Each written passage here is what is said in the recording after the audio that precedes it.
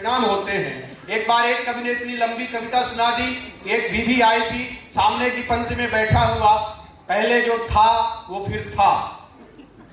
जज साहब के यहाँ केस दायर हुआ, जज साहब ने बुलाया, बोले तुमने इतनी भयानक कविता सुनाई, एक वीवीआईपी कम कर दिया देश से, तुम्हें फांसी की सजा सुनाई जाएगी, उसके पहले कोई अंतिम इच्छा हो तो बताओ। उन्होंने कहा, जज साहब उस समय वो कविता मैंने आधी पढ़ी थी, अगर आपका मन हो तो वो मैं पूरी सुना दूं। तो ऐसी स्थितियां ना हो। मैं बहुत संक्षिप्त काव्य पाठ के लिए बड़ी बहन आदरणीय ऋचा पाठक जी को आमंत्रित करना चाहता हूं। माफ करिएगा, समय की अपनी बाध्यता है, हमें बड़े कवियों तक पहुंचना है, इसलिए मैं उनसे ऐसा अनुरोध करना चाहता हूं कि वो अपने काव्य पाठ को अगर संक्षिप्त करेंगी तो आप सबके लिए भी अच्छा होगा और हम सब कविता दीदी को भरपूर सुन पाएंगे। इसलिए एक बार जोरदार तालियों के साथ उनको आमंत्रित करिए।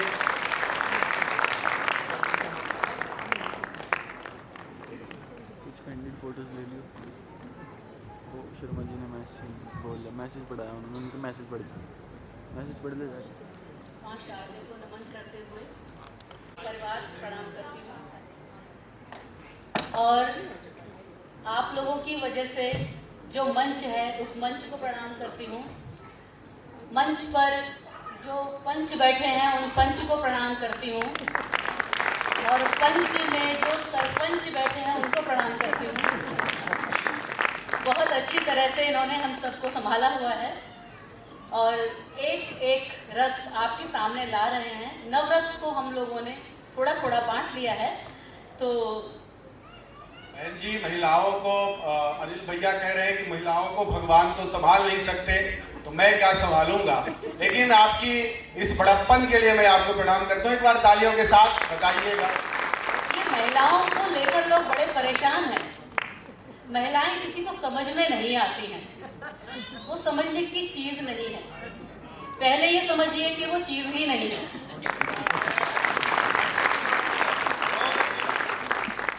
स्त्री क्या होती है? जब आप घर बनाते हैं तो घर बनाने में नींव रखने के बाद पहले एक चौखट बनाते हैं जिसको देहरी कहते हैं।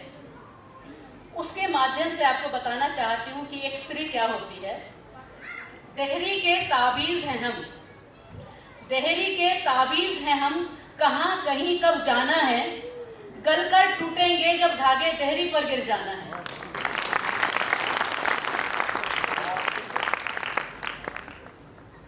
तो जैसे कि मंच से सरपंच जी से आदेश मिला है कि जल्दी समेटना है, तो मैं आदेश नहीं, अनुरोध था आपसे। मतलब व्यवस्था ही है, तो मैं अपना गीत प्रस्तुत करती हूँ। स्वागत है, स्वागत। क्या कहूँ कैसे कहूँ मैं नहीं हूँ, कैसे तुमसे मिलके मैं तुम हो गई हूँ। क्या कहूँ कैसे कहूँ मैं नहीं हूँ, कैसे तुमसे मिलके मैं तुम हो गई हूँ।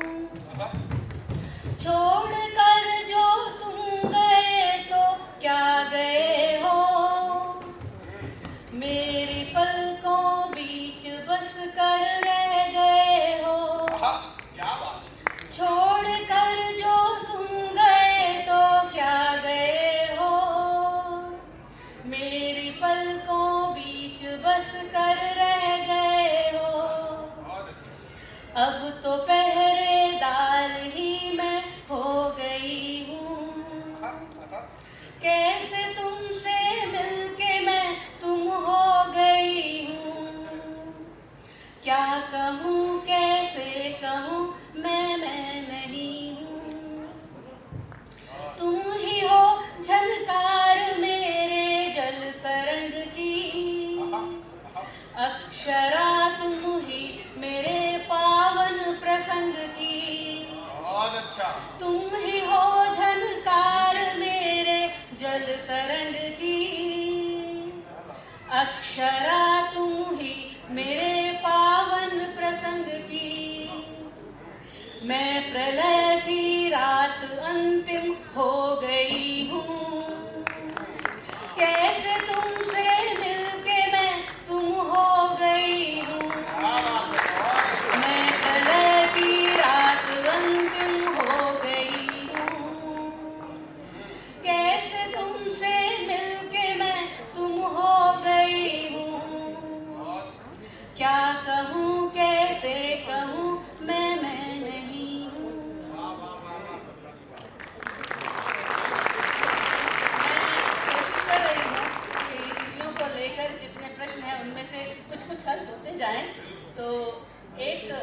रोमांच कविता प्रस्तुत करती हूँ कि दोनों नीले आसमान में उड़ान भर रहे थे। दोनों नीले आसमान में उड़ान भर रहे थे, वो कि आकाश को नापने की कोशिश कर रहे थे। चिड़िया हंसते हंसते आगे निकल जाती, फिर पीछे मुड़कर खिलखिलाती। चिड़िया हंसते हंसते आगे निकल जाती, फिर पीछे मुड़कर खिलखिलाती। आखिर चिड़े ने कहा, तेरी पर मिनट सांस की दर ज्यादा है, इतना खर्च करने की जरूरत क्या है? चिड़े ने कहा, तेरी पर मिनट सांस की दर ज्यादा है, इतना खर्च करने की जरूरत क्या है? चिड़िया ने एक सांस कम कर दी, उड़ान की ऊंचाई ने फिर भी हद कर दी। चिड़िया ने एक सांस कम कर दी, उड़ान की ऊंचाई ने फिर भी हद कर दी। तब चिड़े ने कहा, तू हरदम गाती है, इसी से इतनी ऊर्जा पाती है। तब चिड़े ने कहा, तू हरदम गाती है, इसी से इतनी ऊर्जा पाती है। अब चिड़िया मन में गाने लगी, उड़ान की ऊंचाई फिर भी न कमी। अब चिड़िया मन में गाने लगी, उड़ान की ऊंचाई फिर भी न कमी। तब चिड़े ने अपनी बुद्धि पर पूरा जोर लगाया और यह उपाय आजमाया कि जब औरत की गवाही की कीमत आधी ही लगती है, तब तो मेरी तरह दो पंखों का प्रयोग कैसे कर सकती है? अब चिड़े ने अपनी बुद्धि पर पूरा जोर लगाया और यह उपाय आजमाया कि जब औरत की गवाही की कीमत आधी ही लगती है, तब तू मेरी तरह दो पंखों का प्रयोग कैसे कर सकती है?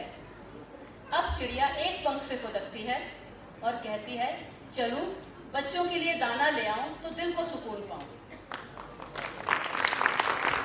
अब चिड़िया एक पंख से खुदकती है और कहती है, चलूं बच्चों के लिए दाना ले आऊं तो दिल को सुकून पाऊं।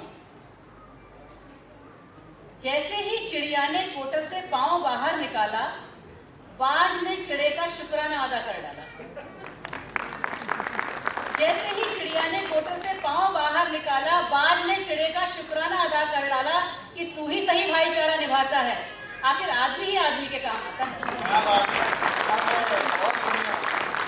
जैसे ही चिड़िया ने कोटर से पांव बाहर निकाला, बाज ने चिड़े का शुक्राना अदा कर डाला कि तू ही सही भाईचारा निभाता है, आखिर आदमी ही आदमी के काम आता है। चिड़िया ने आंखें मूंद ली, चिड़िया ने आंखें मूंद ली बाज व मौत के खौफ से बचने को, पर रोक नहीं पाई आंसू ना खाद्य श्रृंखला रचने को। पर रोक नहीं पाई आंसू ना खाद्य श्रृंखला रचने को। अब एक वात्सल्य रस में गीत सुनाती हूँ। ये बेटियों के लिए है, बेटियों के माध्यम से जो हमारे घर की चिड़िया हैं, उन्हीं के लिए। आज याद फिर कल आया, जो पल भर पहले बीता था, उस पल में मैंने अपनी बच्ची का बचपन सींचा था। आज याद फिर कल आया, जो पल भर पहले बीता था, उस पल में मैंने अपनी बच्ची का बचपन सींचा था। अभी कहा विह्वल होकर उसने मुझसे मारो उसे, अभी कहा विह्वल होकर उसने मुझसे मारो उसे। उन चिड़ियों के बिन मेरी नन्ही का आंगन रीता था। आज याद फिर कल आया, जो पल भर पहले बीता था। दे धान कहा फिर मैंने, ये वो धान देख रुक जाएगी, जो चली गई पहले उड़कर वो भी फिर से मुड़ जाएगी। वो धान डाल खुश हो करके चिड़ियों को पास बुलाती थी। अरे चिया मेरी बात तो सुन, कहती जब चिड़िया जाती थी। वो धान डाल खुश हो करके चिड़ियों को पास बुलाती थी। अरे चिया मेरी बात तो सुन, कहती जब चिड़िया जाती थी। पर आज चली जब चिया मेरी, कर जतन सभी मैं हार गई। पर आज चली जब चिया मेरी, कर जतन सभी मैं हार गई। ना रुकी तब भी जबकि मैं अपना जीवन सारा वार गई। ना रुकी तब भी जबकि मैं अपना जीवन सारा वार गई। फिर याद करके कुछ भागी मैं, फिर याद करके कुछ भागी मैं, दे धान अंजलि भर पर छोड़ धान मुख मोड़ जिया ने ना मुड़कर फिर देखा था। पर छोड़ धान मुख मोड़ जिया ने ना मुड़कर फिर देखा था। अब धान भरा आंगन मेरा कितनी चिड़िया ले आता है, पर रोक नहीं उसको पाया जो हृदय चूर ले जाता है। अब धान भरा आंगन मेरा कितनी चिड़िया ले आता है, पर रोक नहीं उसको पाया जो हृदय चीर ले जाता है। अरे जिया मेरी बात तो सुन, मैं मुश्किल से कह पाती हूँ। अरे जिया मेरी बात तो सुन, मैं मुश्किल से कह पाती हूँ। पर जिया मेरी उड़ जाती है, कर पार वलय जो खींचा था। कर पार वलय जो खींचा था, कर पार वलय जो खींचा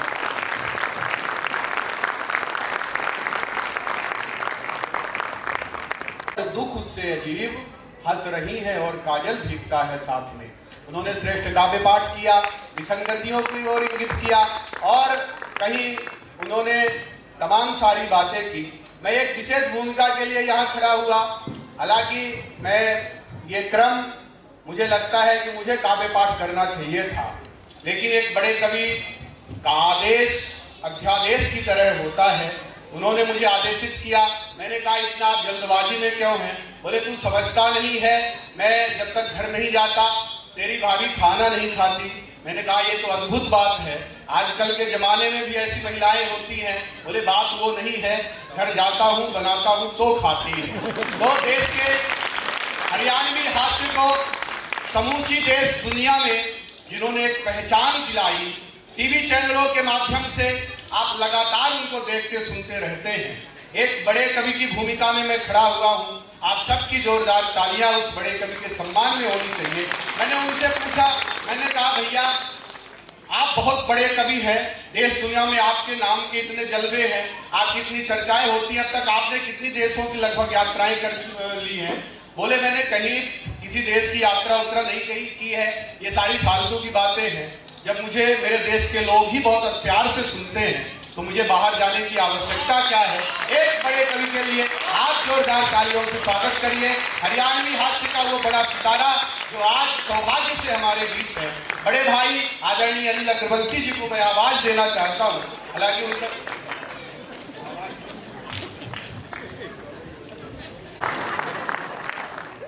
माँ सरस्वती को नमन करता हूँ, पावन मंच को प्रणाम करता हूँ और आपकी उपस्थिति को नमन करता हूँ। 10-20 केवल लोगों ने ताड़ी बजाई है, रहने दो। बहुत अच्छा। ये मुझे पर एक बात की विशेष खुशी है कि बहुत कवि सम्मेलनों में जाते हैं, पूरे देश में कविता पाठ करते हैं, लेकिन आप क्या जो प्यार, जो आपकी सादगी, जितने मन से आप सुन रहे हो, एक मैं भी यही कविता जिससे बात कर रहा था, एक श्रेष्ठ श्रोता आप हो, मैं आपको नमन करता हूँ। इससे ज्यादा चमचागिरी मैं आपकी कर नहीं सकता, जो करनी थी वो कर ली। सीएमडी साहब बैठे हैं, मैं एक बार नमन करना चाहता हूँ। एक तो मेरे को ये नहीं पता चल रहा कि सीएमडी साहब हैं कौन से, क्योंकि हमारे नहीं है, पर नमस्ते करने में क्या जा रहा है, जो है वो ले लेंगे अपने नमस्ते। तो नमस्ते आपने ले ली तो इसका मतलब आप सीएमडी। अच्छा डीएफ सर कौन है? नमस्ते कर रहा हूँ जी, आप ले लो, तो इसका मतलब आप हो। अब ये पता चल गया, ये पता करने का तरीका हरियाणा के आदमी का देखो कितना बेहतरीन तरीका है। मैं तो भाई साहब गलती से 15-20 नमस्ते भाई साहब को कर चुका, सीएमडी समझते और वो लिए जा रहे हैं, वो बता नहीं रहे, मैं नहीं हूँ। एक बार तालियां जरा जोरदार बजाओ, हाँ मुझे पता चलना चाहिए कि मस्ती करते हैं। ऐसे लोग होते हैं हमारे, इतने बढ़िया पंकज भाई शर्मा जी इतनी मेहनत कर रहे हैं सर, आपके लोग इतने सादे बोले हैं, मैं मन से बता रहा हूँ सर, बहुत कमाल के लोग हैं। मैं आया, मेरे से बोले भाई क्या लोगे? मैंने कहा क्या लेंगे? बोले जूस पी लो। हम जूस पीने लगे। मैंने कहा पंकज शर्मा जी आपके जूस में मक्खी पड़ी है। बोले पड़ी रहने दे, कितना पी लेगी। वो मक्खी नहीं फैलती भाई साहब, इनको ये था भी कोई बात नहीं। तो ये हर किसी का मान सम्मान करते हैं, ऐसे लोग मैं आपको नमन करता हूँ सर, कैसे कमाल के लोग, बहुत बढ़िया। ये आया था जी मेरी लुगाई के बारे में बात कर रहा है, ये आया था इसकी लुगाई। मैं इसकी बात बता देता हूँ भाई, ये आया था ना कोट पैंट वाला, उसकी लुगाई है, इसकी शादी हुई, शादी की पहली रात अपनी लुगाई से 1 घंटे एक शब्द नहीं बोल सका। ये तरक्की मारी जो अभी उसकी कविता पढ़ रहा था, 1 घंटे एक शब्द नहीं बोल सका। 1 घंटे बाद बोला तेरा नाम क्या है?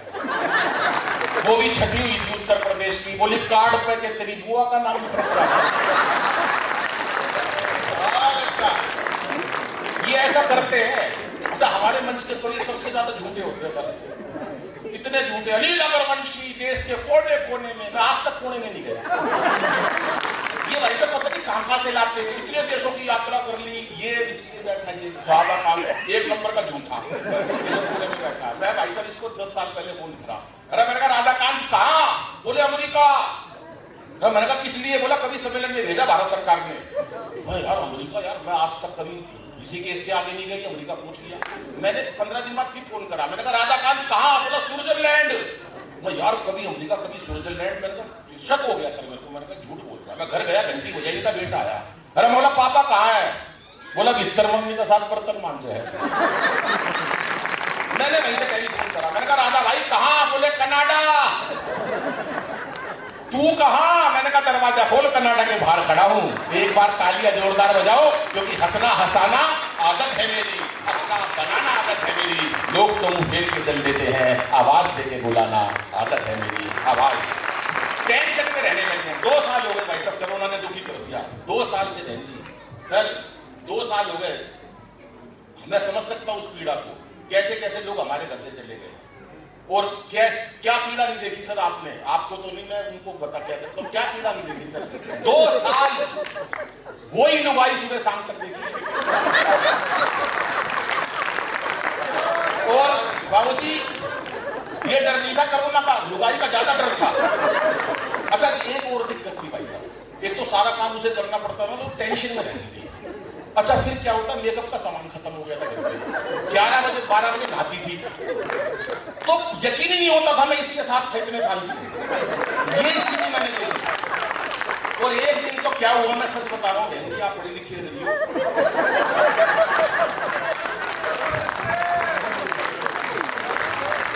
एक दिन तो मैं सच बता रहा हूँ, भाई साहब मेरे से नाराज हो गया, बाहर जाके ना मेरे को पकोड़े खाने, बेसन लेकर आ। मैंने कहा पुलिस के लट पड़ रहे हैं बाहर, मोदी जी ने घोषणा कर रखी है कोरोना फैल रहा है, बाहर पुलिस खड़ी है, तुम कह रही हो मैं पकोड़े खाऊंगी? कह रही मैंने बता दिया ना, मेरे को पकोड़े खाने, बाहर से बेसन लेकर आओ। मैं बहन जी डरते डरते बेसन लेने गया था, सूची लेके आया।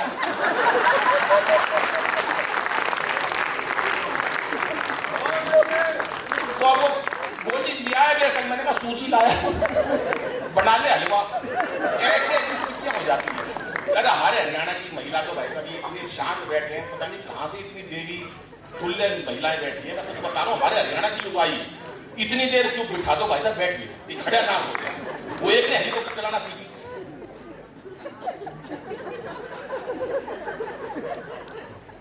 इतनी तगड़ी तो जवान भी नहीं बैठे, सीमा पर बैठा।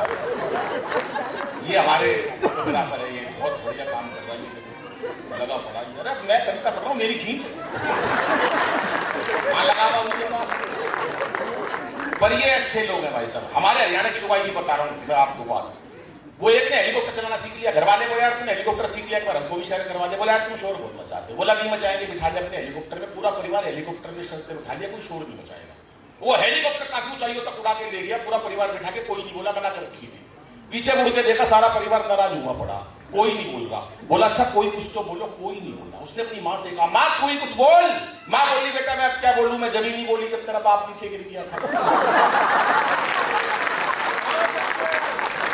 ये है हमारे हरियाणा के, और सारे ऐसे होते हैं वहां पर, ये नहीं है सबके अंदर मस्ती भरी है। मैं तो मेट्रो में बैठ गया, ताऊ मिल गया, मेरे से बोला अरे छोरे बलवीर का है, पिताजी के नाम से पूछते उसका है क्या? अरे बोला बलवीर का है। मैंने कहा ताऊ मैं बलवीर का नहीं हूँ। पर ताऊ के कहां से हूँ? बोला बलवीर का है। मैंने कहा ताऊ मैं 2-3 बार मना कर चुका, मैं बलवीर का नहीं हूँ। पर ताऊ तो ताऊ था। बोला बलवीर का है। मैंने गुस्से में कह दी हाँ बलवीर का हो। बोला होगा भाई बलवीर का, पर तू लाग का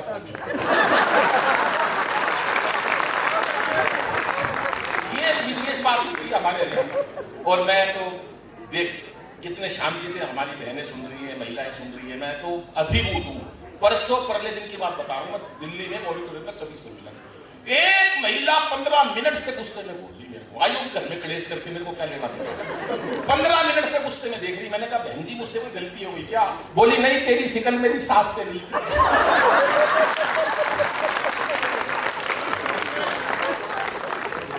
महिलाओं की बात अलग होती है। अभी ये इतना रीचा जी ने इतना बढ़िया काव्य पाठ किया। मैंने कहा इतना अच्छा लिखती हो, इतना सुंदर दिखती हो। बोली भगवान ने मेरे को अपने हाथ से बनाया। अच्छा महिला की तारीफ कर दो ना तो इतना सी जाती है। मैंने कहा इतना सुंदर लिखती हो, इतना सुंदर दिखती हो, कह रही भगवान ने मेरे को अपने हाथ से बनाया है। मैं बोला मैं कौन सा गूगल से डाउनलोड करूं, मैं भी हाथ से बनाया हूं। ऐसे ऐसे लोग मिलते हैं साहब। 4 घंटे सुनाता हूं, पूरे सदन का आशीर्वाद चाहता हूं, सुनिएगा साहब। कि सत्ता को संभालते ही मोदी ने ऐलान किया कि खुद नहीं खाऊंगा और खाने नहीं दूंगा मैं। मोदी जी ने घोषणा करी और अगले दिन एक जगह जाकर एक घोषणा करी, घर घर में शौचालय बनवा दूंगा। मैंने कहा यार तो कोई नहीं खाएगा।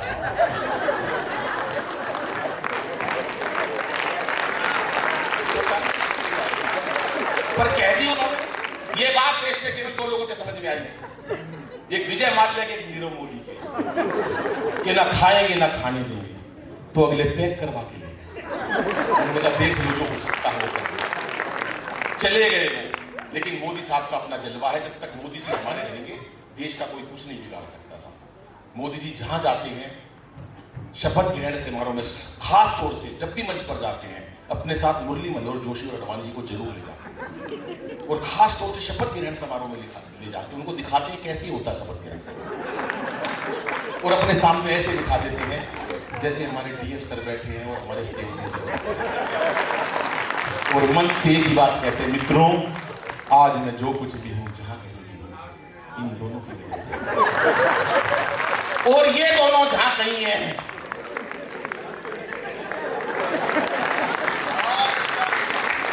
कि सत्ता को संभालते ही मोदी ने ऐलान किया कि खुद नहीं खाऊंगा और खाने नहीं दूंगा मैं।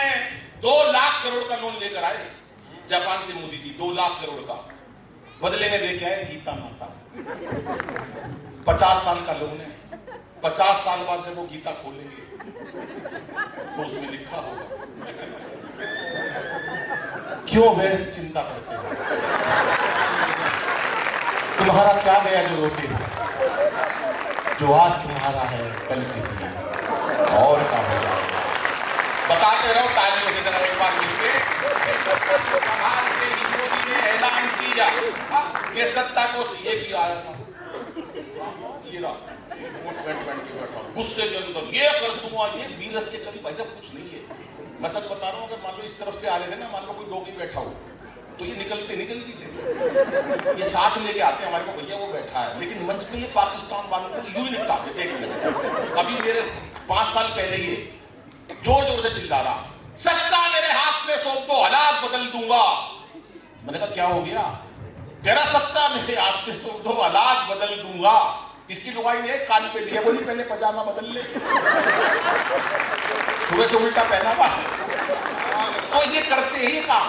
आप सारी बातें सच मत माना करो सर इनकी। कोरोना का टाइम आया, ये मेरे पास का फोन आया, बोला अनिल भाई बहुत काम धंधा बिल्कुल मंदा, मैं क्या करूं?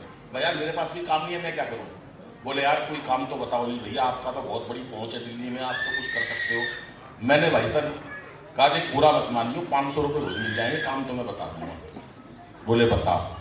मैंने कहा हमारे दिल्ली में सर्कस लगती है, उनका बालू मर गया, मतलब मुझे क्या करना पड़ेगा? बालू का नकाब पहन के सर्कस में जाना है, 500 रुपये रोज मिल जाएगा। बोला यार इससे तो बेइज्जती हो जाएगा, ये काम थोड़ी ना करना है। मैंने कहा कुछ नहीं बेइज्जती होगी यार, नकाब पहन लियो, भालू का वहां कूदना ही तो है, जब लगानी है लोग खुश हो जाएंगे सर्कस में, और क्या होता है। बोला ठीक है भैया, ये दिल्ली आ गया, भालू का नकाब पहन के कूदने लगा, भालू भालू जैसे कूदा ना, वो बरबर में शेर का बाड़ा था, उसमें जाके गिर गया। अब शेर को देखते इनकी घिकी बन गई, हे जंगल के राजा माफ कर दो, मैं कोई भालू वालू नहीं हूं, अपना नकाब उतार के फेंक दिया, मैं उपेंद्र पांडे हूं। शेर ने भी नकाब उतार के फेंक दिया, बोला मैं भी कोई शेर नहीं हूं, मैं भी अनिल अग्रवंशी हूं। टेंशन बना रखा जिंदगी को, टेंशन में क्यों रहते हैं साहब? आप मान लो सड़क पे जा रहे हैं, टेंशन हम कहीं से भी ले लेते हैं सर, हम हंसना भूल गए। एक हॉस्पिटल के बाहर 2 पंक्तियां लिखी थी डॉक्टर साहब ने कि हंस बोल लेते दिल खोलकर यदि यारों के साथ, तो हमें ना खोलना पड़ता, यूं हो जाओगे। जीवन को कैसे टेंशन बना दिया था, हर जगह टेंशन, इतनी टेंशन में रहने लगे। टेंशन अच्छा कहीं से भी ले सकते हैं। आप मान लो सड़क पे जा रहे हो, मान लो आप रहना तो आप ये आएगी और किसी को भेजता हूं, आप चले जाओगे, आप मान लो जाने के लिए तैयार बैठे हैं, मान लो आप सड़क पे जा रहे हो, बिना जान पहचान किसी को भाई साहब नमस्ते करके निकल जाओ, अगले का टेंशन हो जाएगा। ये प्रैक्टिकल बता रहा हूं भाई साहब, पर टेंशन हमने इतनी ले रखी है इसका कोई हिसाब नहीं। आज हमारे सीएमडी साहब हैं, मैं आज से नहीं जानता सर इनको, आप सोचोगे अनिल भाई यहाँ पहली बार आए हैं, सीएमडी साहब बैठे हैं, मैं सर आज से नहीं जानता, चाहे वो अतुल जी गोयल साहब हो, चाहे वो अतुल जैन साहब हो, चाहे वो आशीष पाठक जी कहाँ है? आशीष पाठक जी नहीं आए, तुम हो आशीष पाठक? यार क्यों झूठ बोल रहे हो, तुम इतनी दूर के क्यों बैठे हो? फिर आशीष पाठक मेरी नजर में तो तुम्हारी कुछ हो रही इमेज थी, तुम क्या निकले? मैं क्या समझ रहा था तुम क्या निकले? मुझे पत्नी को जैसे पहले लुगाई नहीं देखते थे ना, घूंघट के अंदर खोलती थी तो पति कहता था मैं क्या समझता था तू क्या निकली, तो मैं क्या समझता था आप क्या निकले। पाठक जी एक हमारे ऐसे जोरदार है, मैं आज से पाठक जी को नहीं जानता, 1912 से मेरी जान की हंसने की बात नहीं है, 1912 की बात बता रहा हूँ भाई साहब, बहुत जिदार आदमी है ये पाठक साहब। मैं वहां बैठा कनाट प्लेस में, एक चीनी बैठा, एक पाकिस्तानी बैठा, एक मैं बैठा, एक पाठक जी बैठे, अब तीनों कॉफी पी रही है, मैं यहाँ बरबर में बैठा हुआ, मैं एक सच्चा किस्सा बताता हूँ, आकाश भड़कानियां चाहिए आपकी। तीनों कॉफी पी रहे थे, अब चीनी ने जैसी कॉफी खत्म करी, कब हवा में उछाला, 2 गोली कप के मार दी, जिस कप के अंदर एक बार कॉफी पी लेते हैं दोबारा नहीं पीते, हम चीनी है। पाकिस्तानी ने जैसी कॉफी खत्म करी, नीचे से कुर्सी निकाली, हवा में उछाल दी, 2 गोली कुर्सी के मार दी, जिस कुर्सी में बैठकर एक बार कॉफी पीते हैं दोबारा नहीं पीते। पाठक जी, पूरे ऋषिकेश की इज्जत का सवाल है, हिंदुस्तान की इज्जत का सवाल है, जैसी कॉफी खत्म करी, पहली गोली मारी पाकिस्तानी के ठा, दूसरी मारी चीनी के ठा, बोले जिसके साथ एक बार कॉफी पी लेते हैं।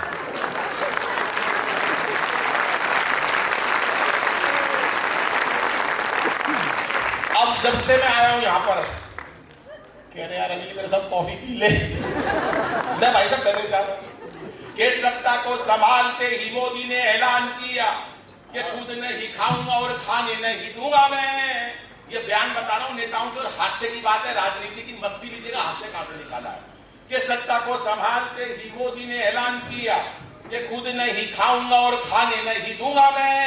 और अखिलेश बोले अब जिंदगी में राहुल को अपनी साइकिल चलाने नहीं।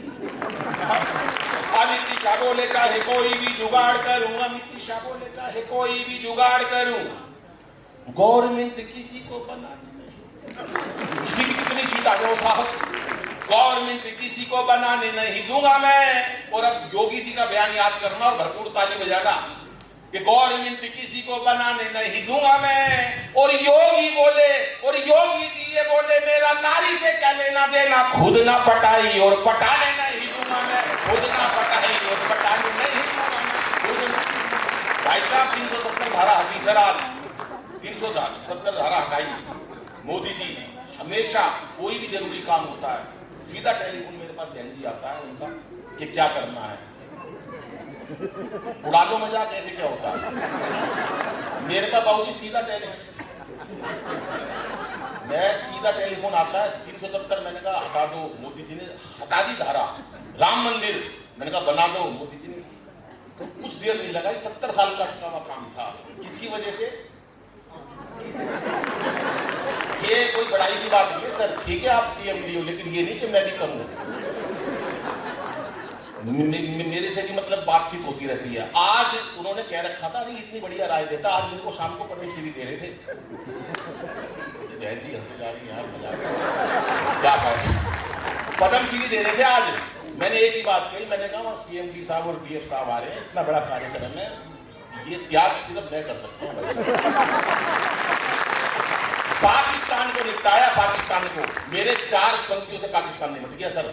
और ये सर्जिकल स्ट्राइक मेरी वजह से हुई, सुन लो कि मोदी जी हमारे मन की भी एक बात सुनो, सैनिकों के शव और सह नहीं पाएंगे, कि खुद के ही बाजुओं पे कर लो भरोसा, अब कब तक दूसरों को पीड़ाएं सुनाएंगे। और थर थर कांपेगा कलेजा तब जालिमों का, थर थर कांपेगा कलेजा तब जालिमों का, कि वंदे मातरम उद्घोष जो लगाएंगे। और एक बार मार के तो देखो सिंह की दहाड़, ये 125 करोड़ लोग सीमा पे आ जाएंगे, 125। उसके बाद धारा आती है और सर्जिकल स्ट्राइक की सर किसकी वजह से? भाई साहब वो काम हुआ, रात को टेलीफोन आया, बोले नहीं भाई धारा हटा दी है, सर्जिकल स्ट्राइक कर दी है। कुछ और कहना चाहते हो? मैंने 2 पंक्ति और कही। जन धन योजना को कुछ दिन भूल जाओ, लाहौर कराची में ही खाते खुलवाएंगे और मेक इन इंडिया का और विस्तार करो, पाकिस्तान जाके ही शौचालय बनवाएंगे। पाकिस्तान जाके पूरे पाकिस्तान में धक्कड़ मच गई। ऐसे देश के कौन से नेता आ गए जिन्होंने हमारे ऊपर सर्जिकल स्ट्राइक कर दी? उन्होंने बताया वहां मोदी जी आ गए हैं, कोई पंगा लेने की जरूरत नहीं है। और ये सर्जिकल स्ट्राइक करिए, बोले कहां के लोगों ने करी है? बोले हरियाणा के लोगों ने करी है। बोले हरियाणा के लोग इतने बहादुर, उन्होंने सर्जिकल स्ट्राइक कर दी? बोले हाँ। बोले तेरे को कैसे पता हरियाणा के लोग थे? बोला उनका एक सैनिक दूसरे सैनिक से कह रहा था मार साड़े का रेपटा। हमारी तरी तसल्ली हो गई, वो थे। हमारे हरियाणा का कोई मुकाबला नहीं है। वो एक मेरे को बुढ़िया याद है, भाई साहब वो अपने पोते को ऐसे उछाल उछाल के प्यार कर रही थी, रे मेरा लाल, वो मेरा चंदा, वो चंदा हाथ से छूट के नीचे गिर गया। अबे बुढ़िया की दादी माँ थी, वो अपने पोते को ऐसे उछाल उछाल के प्यार कर रही थी, मेरा लाल, मेरा चंदा, वो चंदा हाथ से छूट के नीचे गिर गया। अब कलयुग की बहू आई और कलयुग की सास से कह रही है, सासू माता तुम्हारी वजह से मेरे जो बेटे को चोट पहुंची है, आज के बाद मेरे बेटे का हाथ मत लगा दीजिए। सास भी छटी हुई थी कभी, बोली सुन ले बहू, मैं तेरे बेटे का हाथ नहीं लगाऊं और तू मेरा पंकज शर्मा मत छेड़ दी। तालियां थोड़ी बजाई पंकज जी के नाम से। ऐसा होता है। और ये हरियाणा, ये हरियाणा के बच्चे से सवाल कर दिया, बेटा कांग्रेस की स्थापना किसने करी, इसका जन्म कब हुआ? बच्चा बोला मास्टर जी मुझे नहीं पता कांग्रेस की स्थापना किसने करी, इसका जन्म कब हुआ, पर मुझे पता इसका नाश कौन करेगा। ये हमारे बच्चे लाते हैं ऐसी बातें। उसके बाद जब वो कहने लगे कि हमें तो पूरे देश के अंदर एक प्यार चाहिए और हम आज के बाद कोई झगड़ा नहीं करेंगे, मोदी जी ने से कहा, उन्होंने माफी मांगी, मोदी जी ने साफ मना कर दी, मैं कोई माफी नहीं दूंगा। बोले कैसे दोगे माफी? मोदी जी ने एक ही बात कही, सर आप विश्वास करना मैं झूठ नहीं बोल रहा, क्योंकि मेरे को क्या जरूरत है झूठ बोलने की जब ये बैठा है। मैं सच बता रहा हूँ सर। बोले अनिल भाई क्या करना है? वो एक ही बात कही मोदी जी ने से कि मैं दोनों देशों में प्यार जोड़ लूंगा, बस अनिल से पूछ के बताऊंगा। मेरे पास शाम को टेलीफोन आया, अनिल भाई वो प्यार जोड़ना चाहते हैं दोनों। मैंने मोदी जी को राय दी, 4 पंक्ति पाकिस्तान के राष्ट्रपति को सुना देना, दोनों देशों में प्यार जुड़ जाएगा। और दोनों देशों का प्यार कैसे जुड़ेगा आपकी कालियों के साथ, ठाकुर के साथ बताना। 4 पंक्ति सुनाता हूँ, 4 पंक्तियां उनके राष्ट्रपति को सुना देना कि जो भी है तकरार की बातें दिल से सभी भुला देंगे। अरे जो भी है तकरार की बातें दिल से सभी भुला देंगे और पाक से दुल्हन आते ही सारा कश्मीर सजा देंगे। और सुन ले पाकिस्तान, प्यार का यही रास्ता बाकी है। तुम अच्छी सी लड़की देखो, हम राहुल गांधी प्यार देंगे।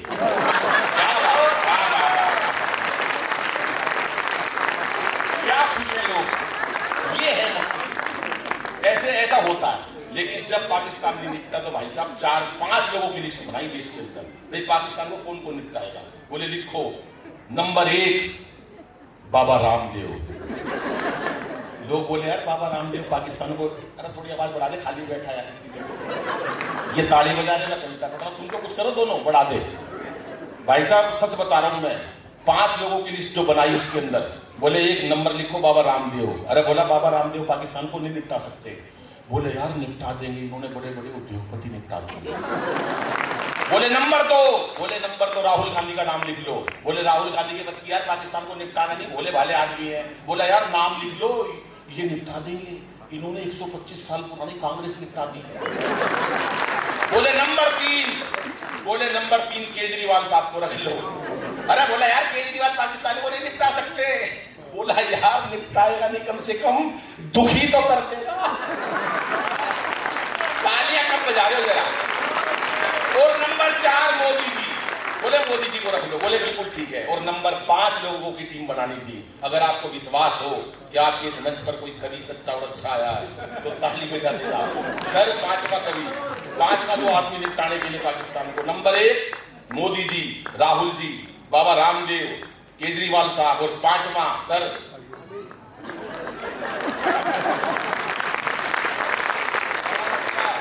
मैं, हमने कैसे पाकिस्तान को निपटाया एक छंद के माध्यम से बताता हूं, क्योंकि हास्य केवल चुटकुलों से नहीं पैदा होता, हास्य कैसे छंदों से पैदा किया जाता है, ये अद्भुत एक कला होती है। ये माँ सरस्वती कविता समझती है इस बात को कि छंद में हाथ से लिखना कितना कठिन काम है। कि रामदेव बोले यदि अपनी पे आ गया तो, रामदेव बोले यदि अपनी पे आ गया तो, पेट की तरह तुझे घुमा के मार। वो एक दोस्त मेरे पर होते हुए आया, वैभव जी, एक दोस्त आया, बोला यार दादाजी गुजर गए। अरे मैंने कहा क्या हुआ, रो क्यों रहा है? कह रहा है दादाजी को मर गए। मैंने कहा कैसे? बोला रामदेव ने मरवा दिए। अरे मैंने कहा तेरे दादा रामदेव जी ने कैसे मरवा दिए? बोला यार टीवी के सामने योग सीख रहे थे सुबह 4 बजे, दादा मेरे भोले भाले। बाबा बोला जैसे जैसे तुम वैसे वैसे करते जाता। बाबा बोला सांस खींचो। दादाजी ने खींच ली। बाबा बोला और खींचो। दादाजी ने यहां तक खींच ली। इतनी देर में यार लाइट चली गई।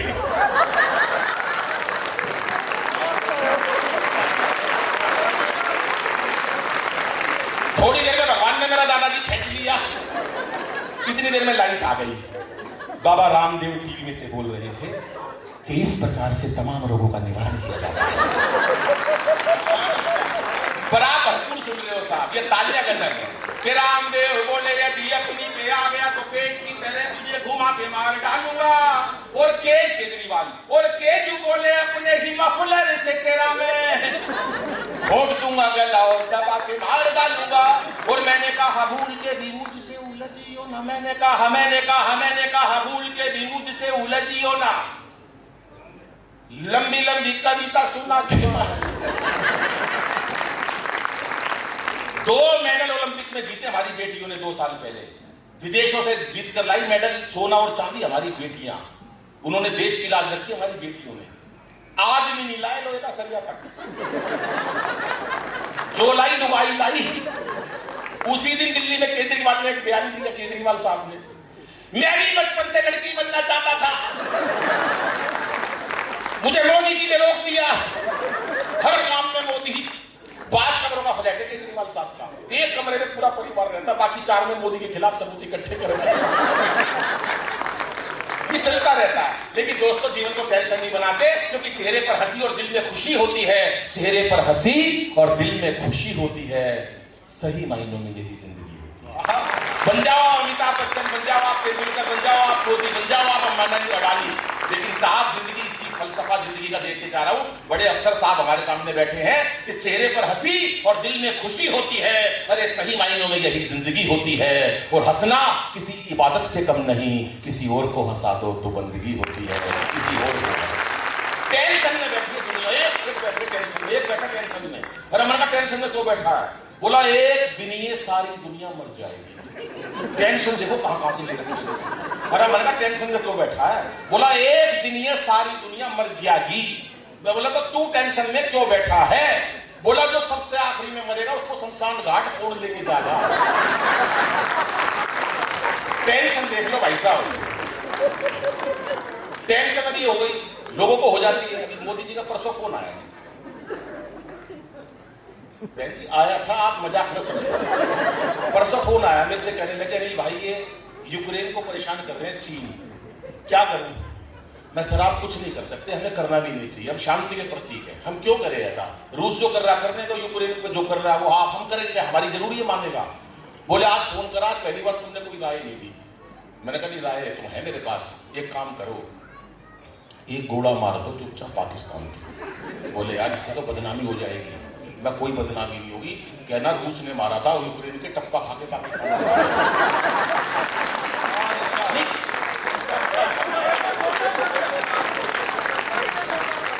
ये चीजें, ये राय कोई हर कोई नहीं दे सकता। पहले महिलाएं, आज महिलाओं का स्तर देख लो। हमारी मुर्मू जी द्रौपदी जी बनी है, पर उनके लिए ताली बजा दो साहब। महिला जो काम कर रही है, ये बैठी है हमारी।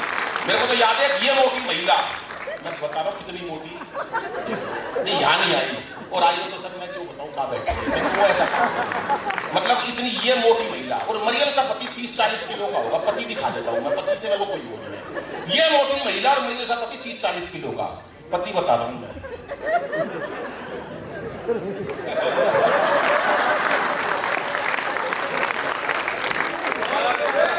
ये भी फालतू है। इसके भी खड़े करके 2 टुकड़े कर दो, वैसा नहीं होता ऐसा। उसे ले गई टैटू वाले के पास, टैटू वाले के पास। बोली भाई साहब इनके हाथ पे शेर बना दो। अब टैटू वाले ने पहले तो पति देखा मरियम सा भाई साहब, हरियाणा का था टैटू वाला, पतला सा पति, इतनी सी उसकी कलाई, उसको गुस्सा आ गया। बोला इससे बनवाएगी जंगल का राजा। वो बोली फिर इस पर सांप बनेगा, और वो भी धन वाला नहीं बन सकता, इसके मरावा बनेगा। और ये सांप इसी साल बनवा लियो।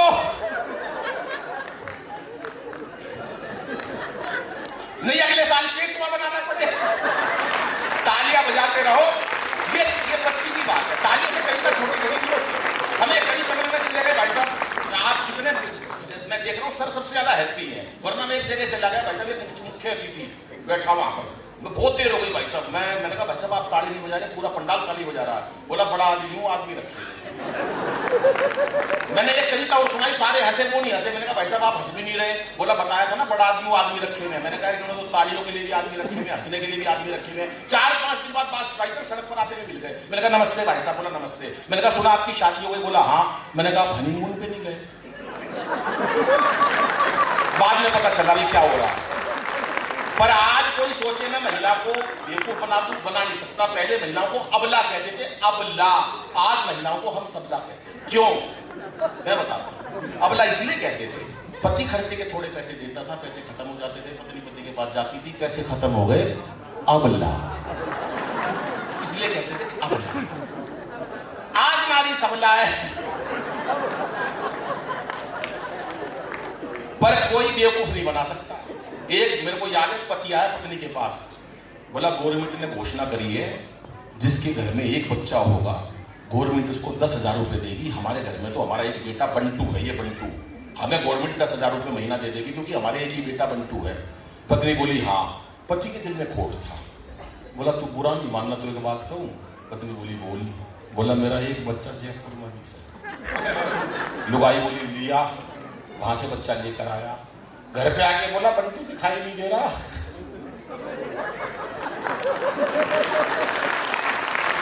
अब जिनका आई कि वो बढ़िया, उन्होंने ताली बजा दी, बाकी खाली बैठे रहो।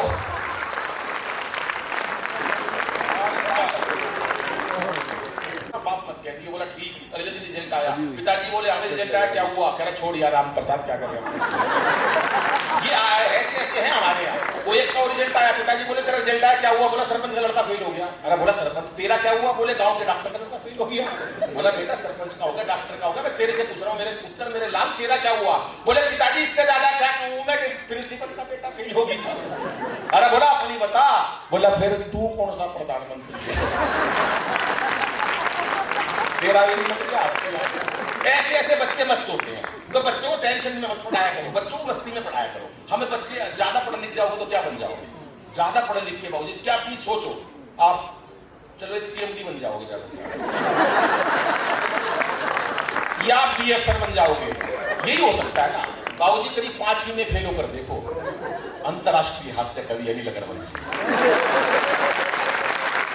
मैं स्कूल गया बहुत गया, पढ़ा बहुत, पढ़ा रहा, कभी नहीं पढ़ा। टेंशन किस बात की लेनी है साहब? हमेशा जिंदगी में मस्ती से काम करो। और आज 5 महीने में चाहे 15 बार फेल हुआ, 10 बार चाहे नहीं हुआ, चाहे हाँ हुआ। आज भाई साहब बड़े बड़े मंत्री नीचे बैठ के सुनते हैं।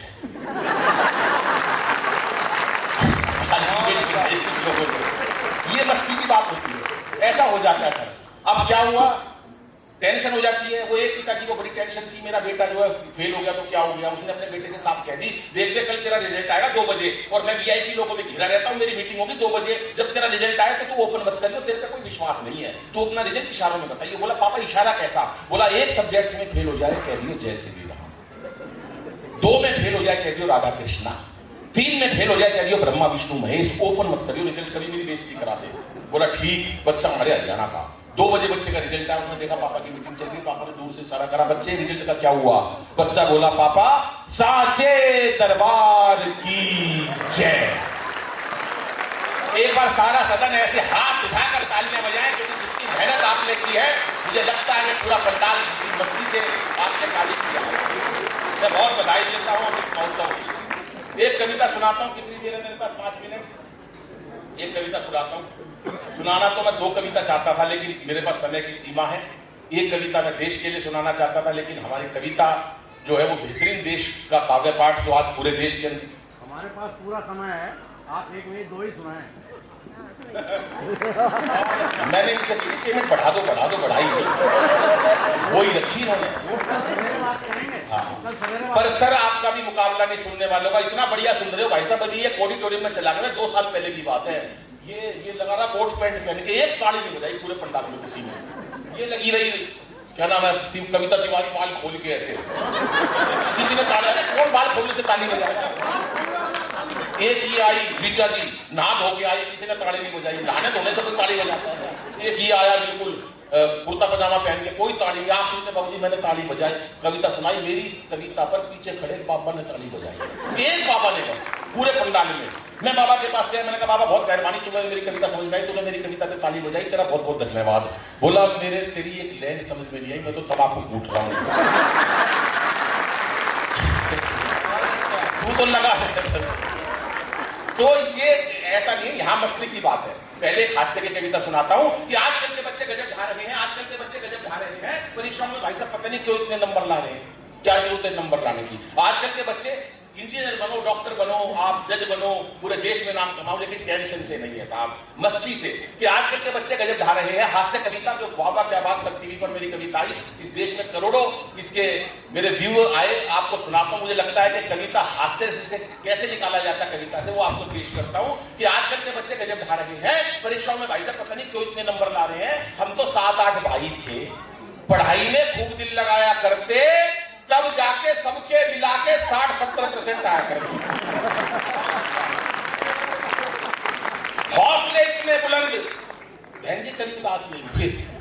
हौसले इतने बुलंद, कभी उदास नहीं हुए। 1 साल में 2 भाइयों से ज्यादा पास नहीं हुए। घर वालों ने 2 पुस्तक एक बार दिलवा दी, पाठक की सारी जिंदगी वही चला दी। छोटे वाला भाई कई ट्यूशन पढ़ा, छोटे वाला भाई कई ट्यूशन पढ़ा, पूरा जोर लगा दिया, अगली क्लास में नहीं चढ़ा। आखिर में नानी कटवाना पड़ा, दरअसल उसे जबरदस्ती स्कूल में डलवा दिया।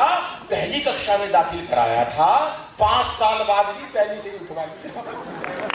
और इस पंक्ति के सदन के एक व्यक्ति की तालियां चाहता हूँ, आशीर्वाद और अपनी बधाई देना मुझे। 12वीं कक्षा में मेरे अकेले के सर 33% नंबर आए थे।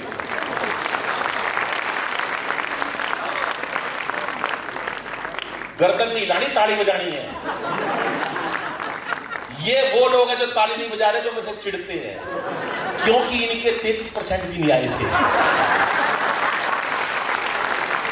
12वीं मेरे अकेले के 33% नंबर आए थे। घर वालों ने जश्न मनाए थे। कैसे जश्न मनाए थे सुनो। जब मैं रिजल्ट देखकर घर लौटा तो अद्भुत घड़ी थी। बड़ी बुआ दरवाजे पे आरती का थाल लिए कहने लगी, बच्चे ने इतिहास रच दिया। बुआ बोली 33% पे बच्चे ने इतिहास रच दिया। और इसी खुशी में सवेरे की सलामणी, शाम का भंडारा रख दिया। दोस्तों तालियां इस बात पर बजानी चाहिए कि आज बच्चों के 90% नंबर आते हैं जब भी आत्महत्या कर लेते हैं, और पहले बच्चों के 33% नंबर आते थे तो भंडारे होते थे साहब। हमने बच्चों का बचपन मार दिया।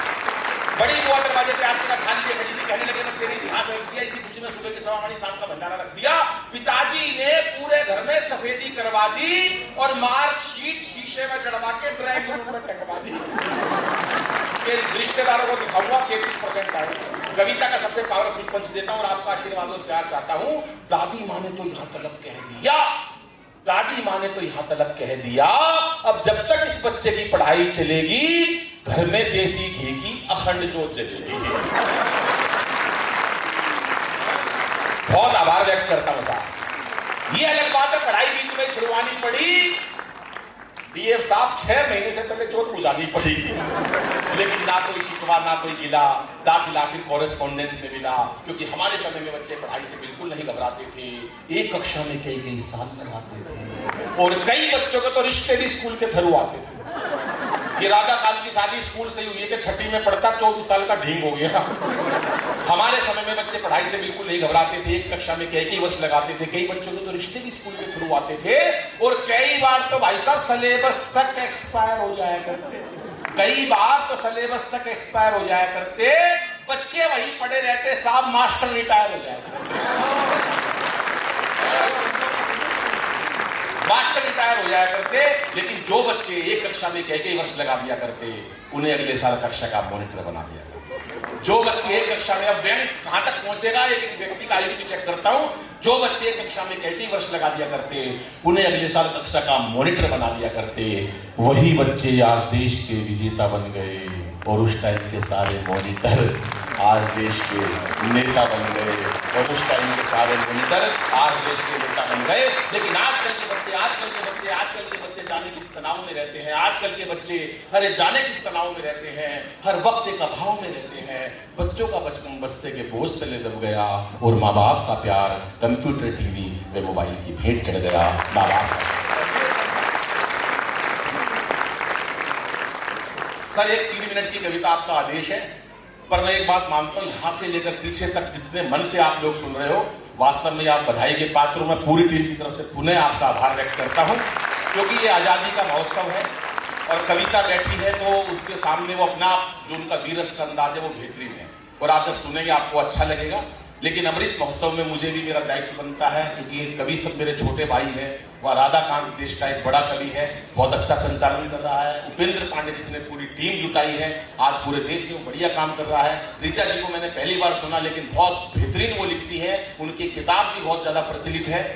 कविता के बारे में मैंने आपको बताया है। इधर ये मेरा छोटा भाई, अभी लाफ्टर का पूरा जिक्र नहीं किया, लाफ्टर का जो आपने शेखर सुमन उसके साथ अर्चना पूर्ण सिंह जी बैठी थी, उसमें दूसरे राउंड तक अगर कोई हमारा कवि मित्रों में से कोई गया, और 2-1 कवि हमारे और भी आगे जा रहे हैं, उसके अंदर लाफ्टर के लोगों के बीच में अपना कंपटीशन स्थापित करा, जो बराबर गया वो मेरा छोटा भाई। एक बार जोरदार सारी टीम के लिए जोरदार ताली। दोस्तों, सीमा पर हमारे जवान खड़े होते हैं, ये भी पहले सीमा में था, ये पहले फौज में था, निकाल दिया इसको, निकालते ही भाई साहब फौज में क्या कुछ काम करोगे तो रहेगा ना, कोई ऐसे कैसे रहेगा। अब जैसे मैं बताऊं सर, मैं कुछ दिन पहले यहाँ मेरे को पर्सनल जानते हैं पंकज शर्मा जी, मैं गया इनसे, इनका जो छोटा अधिकारी था ना छुट्टी मांगने आया, बोला कि 1 हफ्ते की छुट्टी दे दो। इन्होंने छुट्टी के लिए साफ मना कर दी, बोले वो बोला कि छुट्टी चाहिए सर, बहुत जरूरी काम है। ये बोले अच्छा छुट्टी दे दूंगा, एक काम कर, तू ये बता मेरे को, कटप्पा ने बाहुबली को क्यों मारा? अब बताओ इस बात का छुट्टी से क्या लेना देना? वो भी उस्ताद था, बोला बाहुबली ने कटप्पा को छुट्टी देने से मना कर दी। तालियां थोड़ी है। अब ये फौज में था, इसको निकाल दिया। इससे पूछा कैप्टन ने क्या करा? बोला मैंने दुश्मन के दोनों हाथ काट दिए। अरे बोला दोनों हाथ काट दिए, फिर क्या करा? बोला फिर मैंने उसके उसी दुश्मन के दोनों पैर काट दिए। अरे बोला दुश्मन के हाथ काट दिए, पैर काट दिए, इतनी मेहनत करी, तूने सिर क्यों नहीं काटा? बोला सर तो कटा पड़ा था सर, ये तो सारी बात की मेहनत थी। तो एक अंतिम कविता, और एक बार जोरदार तालियां में एक अंतिम कविता पढ़ता हूं आपके सामने, सुनिएगा। सीमा पर हमारे जवान जो होते हैं दोस्तों, हमारे लिए कितनी मेहनत करते हैं, शायद हमारी खुशियों में कितना बड़ा उनका रोल है। माइनस डिग्री तापमान हो या प्लस डिग्री तापमान हो, जिस तापमान में हम बिना एसी के नहीं रह सकते, उस तापमान में वो कैसे अकेले सारा दिन बिना परिवार के खड़े रहते हैं। कितनी भी तनख्वाह दे दो, कितना भी कुछ कर लो साहब, ये भीतर का जज्बा उसमें देशभक्ति जगाता है। एक 3-4 मिनट की छोटी सी कविता समर्पित करता हूँ, कविता आपको सुनिएगा साहब। और आज हमारे कविता जी के हस्बैंड हमारे वैभव जी, वैभव ही है ना आपका नाम, ये भी बैठे हैं जी। ये इनको नहीं पता था शादी से पहले, ये वीरस की कवित्री है। जब इसका ब्याह हुआ ना, उसके बाद ये जब से घबराए बोल रहे हैं, यार क्या हो गया ये। अभी आप देखना उनकी विडंबना, जब ये जब बोलेगी ना जो अपने उसमें जवार में, तब देखना वैभव का क्या हाल होता होगा। मतलब हिम्मत नहीं है उसकी, कोरोना में उसका क्या हाल हुआ होगा। तो हाँ, ऐसे ऐसे लोग पड़े हुए हैं। लेकिन मैं जो आपको कविता सुनवा रहा हूँ वो अलग केंद्र की कविता है। सीमा पर सैनिक खड़ा है, गोली लग जाती है, 4-5 मिनट में प्राण निकलने वाले हैं। और आपने देखा होगा कि किसान भी धरना कर देते हैं, व्यापारी भी धरना कर देते हैं, नेता भी धरना कर देते हैं। जिसका जो मन करता है वो देश में धरने प्रदर्शन कर देता है। लेकिन कभी हमारी सेना धरना नहीं करती, क्योंकि वो देश के लिए समर्पित है। जो आप दे देते हो स्वीकार कर लेते हैं। दोस्तों, मुझे बताना कि यहाँ कितने देशभक्त लोग बैठे हैं। गोली लग जाती है तो क्या वो कहता है, क्योंकि हमारे जो सीमा पर लोग खड़े रहते हैं वो साहूकारों के बेटे नहीं होते, वो नेताओं के बेटे नहीं होते, वो गरीब किसानों के बेटे होते हैं, वो गांव के बेटे होते हैं। तो मैंने उसी भाषा के अंदर एक कविता लिखी है। मैं सोचता हूं कि जब आप इतना प्यार दे रहे हो तो मुझे पता कविता को आप कितना प्यार देंगे। एक बार जोरदार तालियां शहीदों के लिए उनके चरणों में बजाइएगा साहब, सुनिएगा। थोड़ा सा इको बढ़ा दो, हल्का सा। सीमा पर, अरे इसने तो बंद कर दिया यार, अरे बढ़ा दो, ये इको बढ़ा दो भाई। सीमा पर सैनिक खड़े हैं और एक सैनिक की गोली लग जाती है। थोड़ा कम करो, अंतिम समय है सर। तो आप सोच सकते हैं कि सैनिक के मन में क्या होगा। मैं 3 मिनट की कविता आपके समक्ष रखता हूं और आपको लगे कि मैंने एक सैनिक के दर्द को उबेरा हो तो आपका प्यार चाहिएगा। कि श्वास का अंतिम पहर हूं, श्वास का अंतिम पहर हूं, हो गई जीवन की शाम। मेरा अंतिम गीत सुन लो फिर हमारी राम राम। मेरा अंतिम गीत सुन लो फिर हमारी राम राम। श्वास का अंतिम पहर हूँ, हो चली जीवन की शाम। मेरा अंतिम गीत सुन लो फिर हमारी राम राम। क्या उसके मन में हो सकता है वो मैं बताता हूँ। जब उसका शव तिरंगे में लिपट कर जब उसके घर जाएगा तो उसकी क्या सोच हो सकती है। मेरी कल्पना है, हमारी कल्पना से कहीं ऊंची कल्पना होती है सैनिक की, लेकिन मैंने कल्पना की है और आप जैसे प्रबुद्ध श्रोताओं के बीच रखता हूं। सुनिएगा कि जब मेरा शव घर जाए तो क्या बोलना है। कि हो गया बेटा समर्पित भारती की शान में, हो गया बेटा समर्पित भारती की शान में। फिर जन्म लूंगा पिता से कहना हिंदुस्तान में। फिर जन्म लूंगा पिता से कहना हिंदुस्तान में। माँ से कहना पा लिया है, रोए नहीं माँ कि माँ से कहना पा लिया, बेटे ने जन्नत का मकाम। मेरा अंतिम गीत सुन लो फिर हमारी राम राम। मेरा अंतिम गीत सुन लो फिर हम। अंतिम 6 पंक्तियां पढ़ता हूं साहब। घोषणा कर देती है गवर्नमेंट परमवीर चक्र की, अशोक चक्र की। कवि हैं, कवि को कहने में कोई संकोच नहीं होता, लेकिन मेरे पास उदाहरण है। उनकी विधवाएं पेंशन के लिए चक्कर लगाती हैं, उनके घर की लाइट काट दी जाती है। अखबारों में आप पढ़ते हो, एक नेता ने तो यहां तक बयान दे दिया कि पैसे मिलते हैं, अगर शहादत दे दी तो कौन सी बड़ी बात है। सुनिएगा साहब क्या सोचता होगा सैनिक। कि आप बेशक हम शहीदों को पदक मत दीजिए, आप बेशक हम शहीदों को पदक मत दीजिए। रो रहा परिवार पीछे ख्याल उनका कीजिए। रो रहा परिवार बेबस ख्याल उनका कीजिए। भूख से बच्चे न तड़पे, भूख से बच्चे न तड़पे, कर दो इतना इंतजाम। मेरा अंतिम गीत सुन लो फिर हमारी राम। मेरा अंतिम गीत सुन लो फिर हमारी राम। और अंतिम 3 पंक्तियां पढ़ता हूं उस नेता का बयान कि पैसे मिलते हैं। इनको ज्यादा मत करो, थोड़ा कम कर दो, आपने बढ़ा दिया।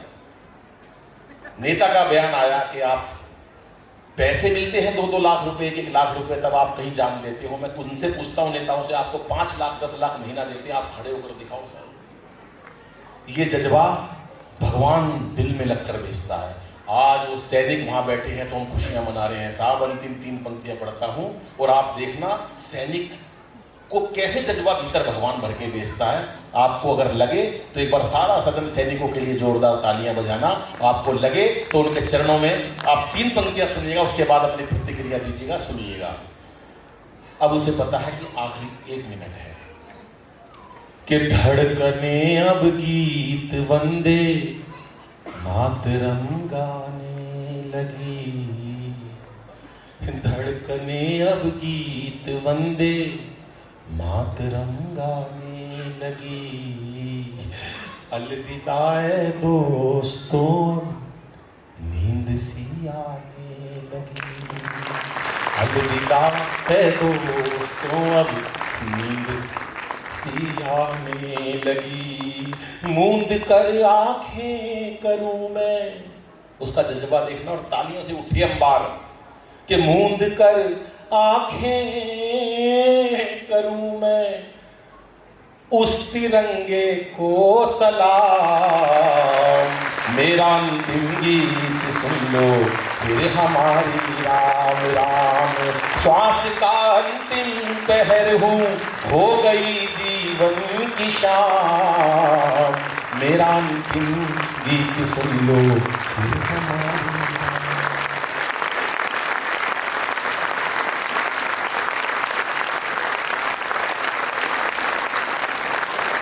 बहुत बहुत आभार। शायद साल में मैं 125-150 कवि सम्मेलन करता हूं पूरे साल में। अंतिम 1 मिनट लेकर मैं सिर्फ इतना कहना चाहता हूं मैं कि जितनी शिद्दत से, चाहे वो प्रेम की बात थी, चाहे वो हास्य की बात थी, चाहे वो राजनीति की बात थी, जितने मन से आपके श्रोताओं ने सुना, मुझे लगता है अगर ऐसे श्रोता पूरे देश में हो तो एक ज्वाला, एक ज्वार देश के अंदर जागी जाएगी। मैं आपको नमन करता हूं और अंतिम 4 पंक्तियां इन बेटियों के लिए, अपनी बहनों के लिए कह के जाता हूं। कविता सुनिएगा कि बेटियों को गर्भ में मत मारना, कि इसे बेटा बना पालो तो इतिहास छू लेगी। इसे बेटा बना पालो तो इतिहास छू लेगी। करो विश्वास बेटी पर तो ये विश्वास छू लेगी। कभी जीवन में बेटी को नजरअंदाज मत करना, जरा से पंख खोलोगे तो ये आकाश छू लेगी। धन्यवाद।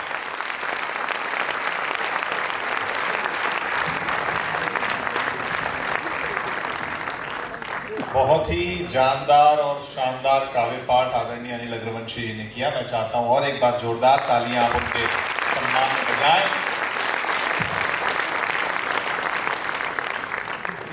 कोई बात नहीं, मुझे 2 मिनट के।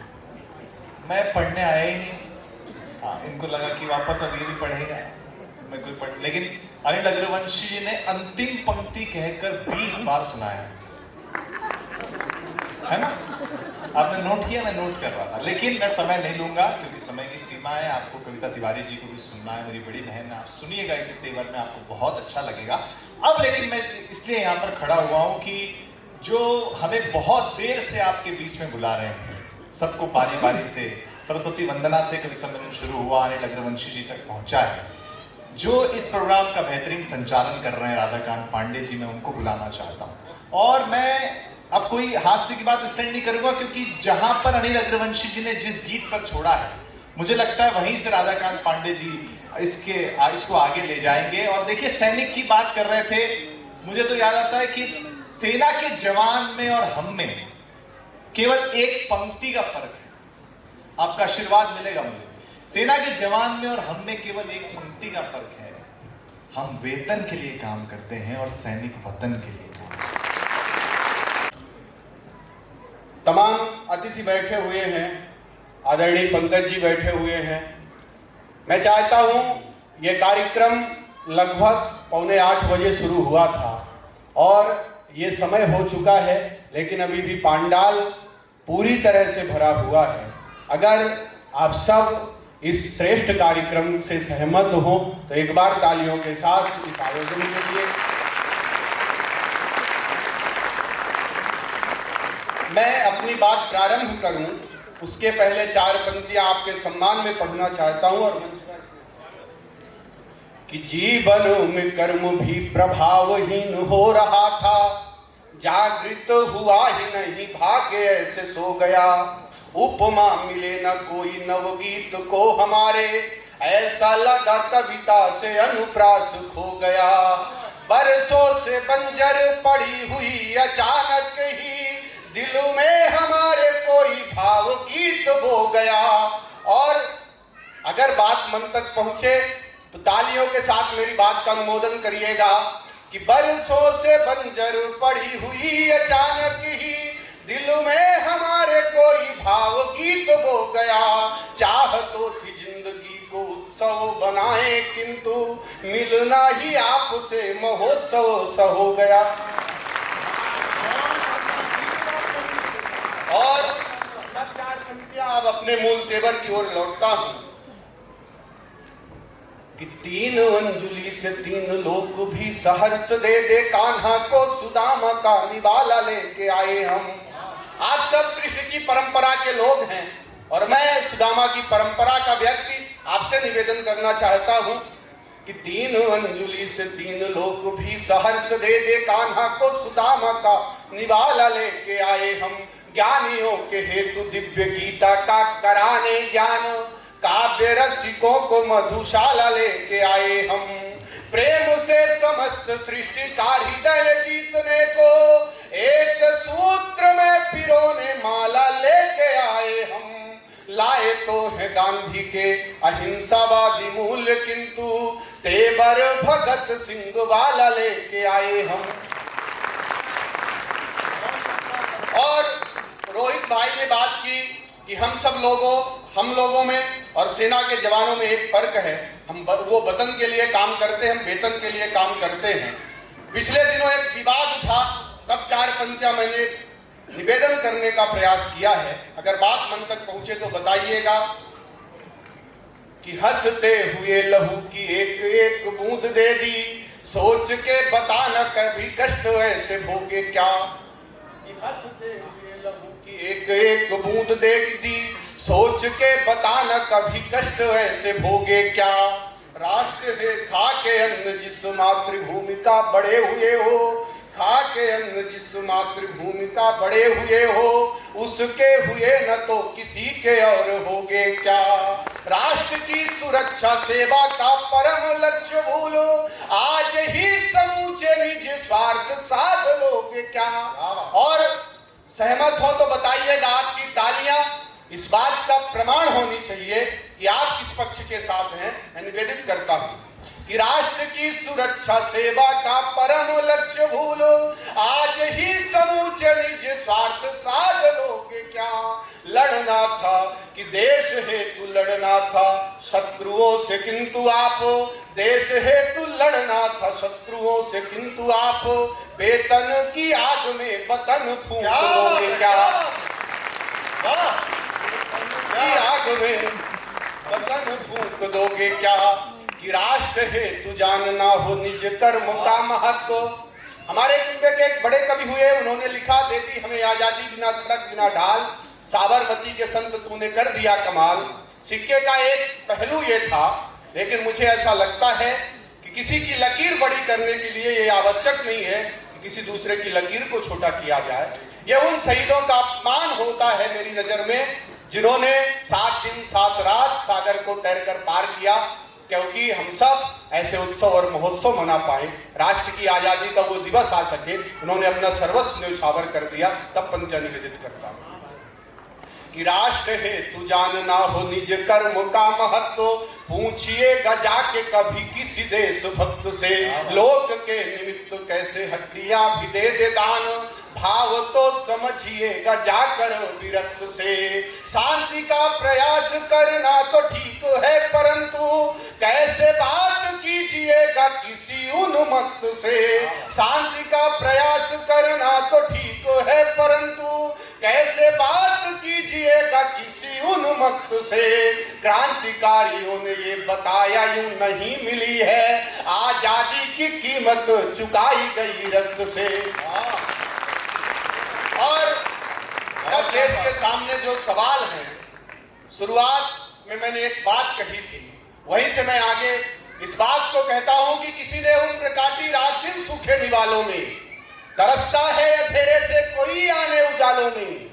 गरीबी भूखमरी बेरोजगारी छोड़कर साहब जरा सोचो कि हम उलझे हुए हैं किन सवालों में। वो सवाल क्या है, 4 पंक्तियां और निवेदित करता हूं आपके बीच कि बड़ों ने सिखाया हमें आदर करें सभी का, आत्ममुग्ध हुए तो बड़ाई मार डालेगी, कैसे कर पाएगी समष्टि का विकास यह, दृष्टि पे कुदृष्टि की चढ़ाई मार डालेगी। 2 दिलों के बीच द्वेष भाव ही बढ़ाती रहे, उन्माद से भरी पढ़ाई मार डालेगी।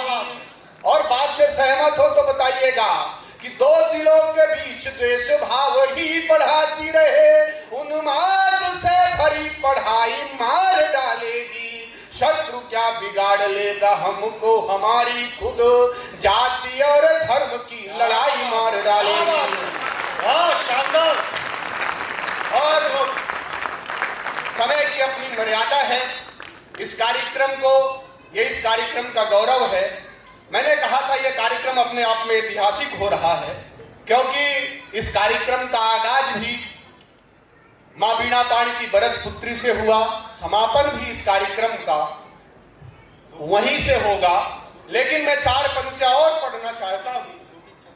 मातृशक्ति के सम्मान में भारत के यशस्वी प्रधानमंत्री ने एक नारा दिया, बेटी बचाओ बेटी पढ़ाओ।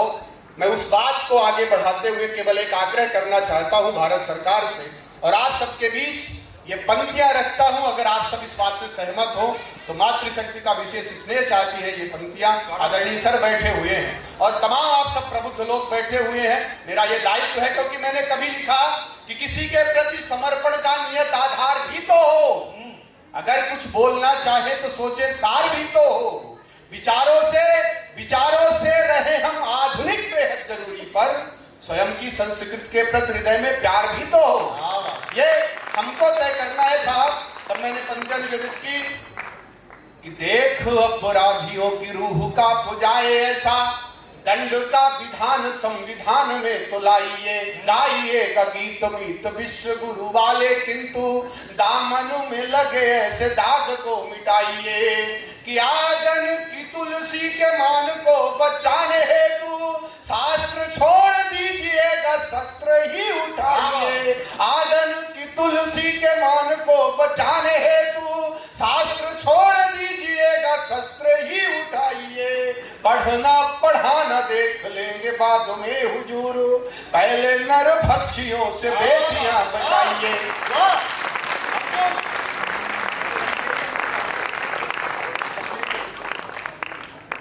बहुत बहुत आभार आप सभी का। एक छंद के लिए आदेशित हो रहा है। मैं वो पंक्तियां निवेदित करना चाहता हूं। वो हम सबका गौरव क्या है, भारत भूमि का गौरव क्या है। 4 पंक्तियां निवेदित करता हूं। उसके पहले भूमिका केवल इतनी सी है कि कश्मीर में 5 लाख से ज्यादा कश्मीरी पंडित विस्थापित हो गए। उनकी मां बहनों के साथ क्या किया गया, कौन कौन से उन्होंने जुल्म झेले, वो सब आपसे छिपे नहीं है। आप सब आए दिन अखबारों में पढ़ते रहते, टीवी चैनलों के माध्यम से देखते सुनते रहते हैं। तब पंक्तियां निवेदित करना चाहता हूं कि राष्ट्र हेतु, कि लोक के, कि राष्ट्र की सुरक्षा सेवा का परम लक्ष्य भूलो। मैं वो पंक्तियां मुझे विस्मृत हो रही हैं। सेना का शौर्य समर्पण स्वाभिमान क्या होता है। मैं 4 पंक्तियां निवेदित करना चाहता हूं कि परिवार दांव पे लगाया खुद देश हेतु, कि परिवार दांव पे लगाया खुद देश हेतु, सोच के बताइएगा कष्ट ऐसे झेले क्या। कि परिवार दांव पे लगाया खुद देश हेतु, सोच परिवार राष्ट्र हेतु देश के विरुद्ध। एक बार तालियों के साथ मुझे आदेशित करिएगा कि प्रेम का संदेश लेके पास यदि आए कोई, प्रेम का संदेश यदि पास लेके आए कोई, त्रुटि भी करे तो हो के क्रुद्ध मत बोलना। शत्रुओं के लिए सिर्फ तेवर सुभाष वाला, वहां कभी बन के प्रबुद्ध मत बोलना। यदि कभी साथ सत्यता का दे सको ना आप, शुद्ध भावना रखो अशुद्ध मत बोलना। यदि कभी साथ सत्यता का दे सको ना आप, शुद्ध भावना रखो अशुद्ध मत बोलना। सबको स्वतंत्रता मिली है बोलने की, किंतु सबको स्वतंत्रता मिली है बोलने की, किंतु याद रहे देश के विरुद्ध मत बोलना। और संत के लिए मुझे आदेशित किया गया था। 4 पंक्तियां निवेदित करता हूं कि लोक के निमित्त हमने किया है विषपान, यूं ही विश्व गुरु पद मंडित नहीं हुए। पूर्व में भी कितने किए गए प्रयास, किंतु हम थे जो खंडित विखंडित नहीं हुए। खाते जो यहाँ का किंतु आस्थाएं और कहीं, देखिए विडंबना वो दंडित नहीं हुए।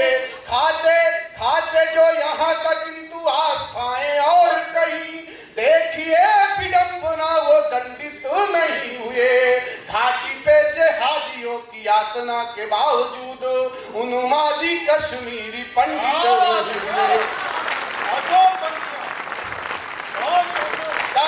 चलते चलते आपसे एक आग्रह करना चाहता हूँ कि वीरों की शहादत पे देव भी झुकाते शीश, राष्ट्र प्रेम वाले पुण्य धाम पे बिताइए, भावी पीढ़ियों को संस्कार स्वाभिमान देके बाकी जिंदगी को राम राम पे बिताइए।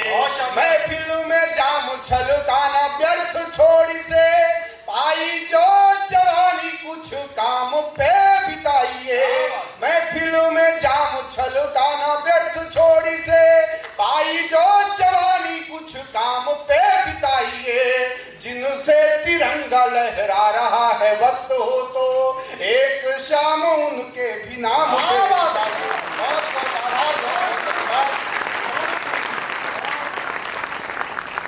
धन्यवाद दीदी। और जैसा कि अनिल भैया ने बताया था, हमारे बीच एक विशेष उपस्थिति है। मैं भाई साहब से आग्रह करना चाहता हूं कि आप एक बार खड़े हो जाएंगे। ये इस मंच पे शायद पहली बार कविता दीदी आई हैं और उनके साथ उनके पतिदेव भी पधारे हुए हैं। मैं चाहता हूं एक बार आप सब उनके लिए उनके सम्मान में तालियां बजाकर उनका स्वागत करिएगा। ये मैं चाहता हूं एक बार। और कविता दीदी के लिए किसी भूमिका की कोई आवश्यकता नहीं है। आप सब उनके नाम से, उनके तेवर से, उनकी कविताओं से, उनके शिल्प से, उनके कथ्य से परिचित हैं। देश विदेश में जहां कहीं भी हिंदी कविता पढ़ी सुनी या समझी जाती है, वहां उनका नाम बहुत आदर के साथ लिया जाता है।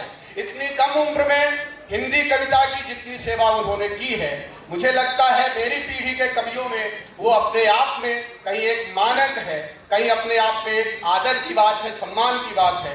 मैं आपकी जोरदार तालियों के साथ केवल इतना कहकर उनको आमंत्रित करना चाहता हूँ कि आज समय है सौर शक्ति व साहस के अभिनंदन का। युद्ध भूमि में सर फूटेगा फिर दुश्मन के क्रंदन का। बासंती मौसम में जब तुम डूबे मस्त बहारों में, हमने गीत लिखा है, हमने गीत लिखा है तब भी भारत माँ के बंधन का। आप सब जोरदार तालियों के साथ स्वागत करिएगा। बातें कहती गई हैं मंच से, लेकिन यकीन मानिए मेरे जीवन की उपलब्धि बस ये है कि मैं मंच की बेटी और बहन के रूप में जानी जाती हूँ। इससे बड़ी उपलब्धि मेरे जीवन की कुछ भी नहीं है। आप सब मुझे जिस वात्सल्य के भाव से सुनते हैं, मैं आदरणीय पंकज शर्मा जी ने बहुत सुंदर ये शाम सजाई है और आप सब ऐसा कई हम लोग कई बार कहा गया है कि बहुत सारे कार्यक्रमों में जाते हैं, लेकिन बड़े अधिकारियों को इतने उत्फुल्ल होकर कवि सम्मेलन में सम्मिलित होते हुए देखना ये बहुत रोमांचक हम लोगों के लिए होता है। और आज ये अंतरिम पंक्ति में जितने लोग बैठे हैं, जितने अधिकारी बैठे हैं, वो अधिकारी बन के नहीं आए हैं, वो सपत्नीक आए हैं। इसका मतलब है वो परिवार का सदस्य बन के आए हैं। ये एक पारिवारिक सम्मेलन हो गया है और इस पारिवारिक सम्मेलन में मैं बेटी की हैसियत से आपके बीच में अपनी बात रखने आई हूँ। आप जो भी तालियां, जो भी वात्सल्य मुझे देंगे, मुझे लगेगा कि आप आशीर्वाद दे रहे हैं, स्नेह दे रहे हैं। मैं अपनी बात प्रारंभ कर रही हूँ। आप बहुत देर से बहुत अच्छा सुन रहे हैं, तालियां बजाते बजाते शायद आप थक गए होंगे, लेकिन कुछ ऊर्जा यदि शेष रह गई हो तो मैं उस ऊर्जा को देखना चाहती हूँ। मैं पंक्तियां समर्पित कर रही हूँ और एक विशेष रूप से एक बात कहना चाहती हूँ। इस पूरे सभागार में एक विशेष व्यक्तित्व हमारे बीच में बैठे हुए हैं। वे एक बड़ी पार्टी में बड़े उत्तरदायित्व के साथ हैं, लेकिन उनका बड़प्पन ये है कि वो अपनी पहचान छुपाकर सबसे पीछे जाकर बैठ गए हैं, क्योंकि आज वो किसी पार्टी के बड़े अधिकारी, बड़े कार्यकर्ता के रूप में नहीं, बल्कि मेरे चाचा आदरणीय विनय उनियल जी यहाँ पर उपस्थित हैं, वो पीछे जाके बैठ गए हैं। ये उनका बड़प्पन है। मैं एक बार चाहती हूँ कि आप सब उनकी उपस्थिति के लिए भी एक बार जोरदार तालियां बजाइए। मैं अपना नमन उन तक भेजती हूँ। मैं बात प्रारंभ कर रही हूँ, आपका स्नेह मुझे मिलेगा इस उम्मीद के साथ। इतना अद्भुत सबने कविता पाठ लिया है, मैं अपनी बात रखती हूँ। सुनिए, आपसे कुछ मांगने आई हूँ, यदि आप दिल खोल के दे सके तो मुझे दीजिएगा। मैं पंक्तियां समर्पित करके सुनिए। धन द्रव्य संपदा तो नहीं मांग रही हूँ, धन द्रव्य संपदा तो नहीं मांग जो मांग रही हूँ वो सही मांग रही हूँ, जो मांग रही हूँ वो सही मांग रही हूँ। कविता की पंक्ति पंक्ति राष्ट्र जागरण बने, कविता की पंक्ति पंक्ति राष्ट्र जागरण बने। आशीष आप सबसे यही मांग रही हूँ, आशीष आप सबसे यही मांग रही हूँ। और 4 पंक्तियां आप तक इसलिए पहुंचाती हूँ कि आप देश की समृद्धि के कारण इतने बड़े संस्थान में कार्यरत हैं, तो आप राष्ट्रभक्त हैं। मैं पंक्तियां समर्पित करती हूँ, सुनेगा। बदल कर आंसुओं की धार को मैं मुस्कुराती हूँ, बदल कर आंसुओं की धार को मैं मुस्कुराती हूँ। जगाती ओज की धारा बहुत सुख चैन पाती हूँ। ना मेरे शब्द हैं उनके लिए जो देशद्रोही है, वतन से प्यार है जिनको उन्हें कविता सुनाती हूँ।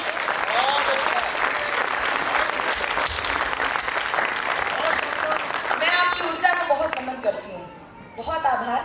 4 पंक्तियां आप तक और पहुंचाती हूँ। ये इतने बड़े संस्थान में आप सब कार्यरत हैं, आप सब क्या सोचते हैं, और कोई राजनीति से संबद्ध व्यक्तित्व है वो भी क्या सोचता है। मैं पंक्तियां समर्पित कर रही हूँ, यदि आपको लगे कि आपके मन की बात कही है तो मैं पंक्तियां समर्पित कर रही हूँ, सुनेगा। क्षितिज तक शौर्य गूंजेगा, स्वयं दिनमान बदलेगा। परिवर्तन आएगा कैसे देश में? क्षितिज तक शौर्य गूंजेगा, स्वयं दिनमान बदलेगा। उतारो भारती की आरती, सम्मान बदलेगा। विवादों में उलझकर कीर्ति माँ की मत करो धूमिल, शहीदों की करो पूजा तो हिंदुस्तान बदलेगा। शहीदों की करो पूजा तो हिंदुस्तान बदलेगा। और 4 पंक्तियां आप तक पहुंचाती हूँ। मेरी बात से जो सहमत हो बस आप उसकी तालियां देखना चाहती हूँ, सुनेगा। अगर माटी के पुतले, जो लोग मोबाइल से रिकॉर्ड कर रहे हैं उनसे निवेदन कर रही हूँ, आप सब वर्तमान को जी लीजिएगा। अगर माटी के पुतले देह में ईमान जिंदा है, अगर माटी के पुतले देह में ईमान जिंदा है, तभी इस देश की समृद्धि का अरमान जिंदा है, तभी इस देश की समृद्धि का अरमान जिंदा है।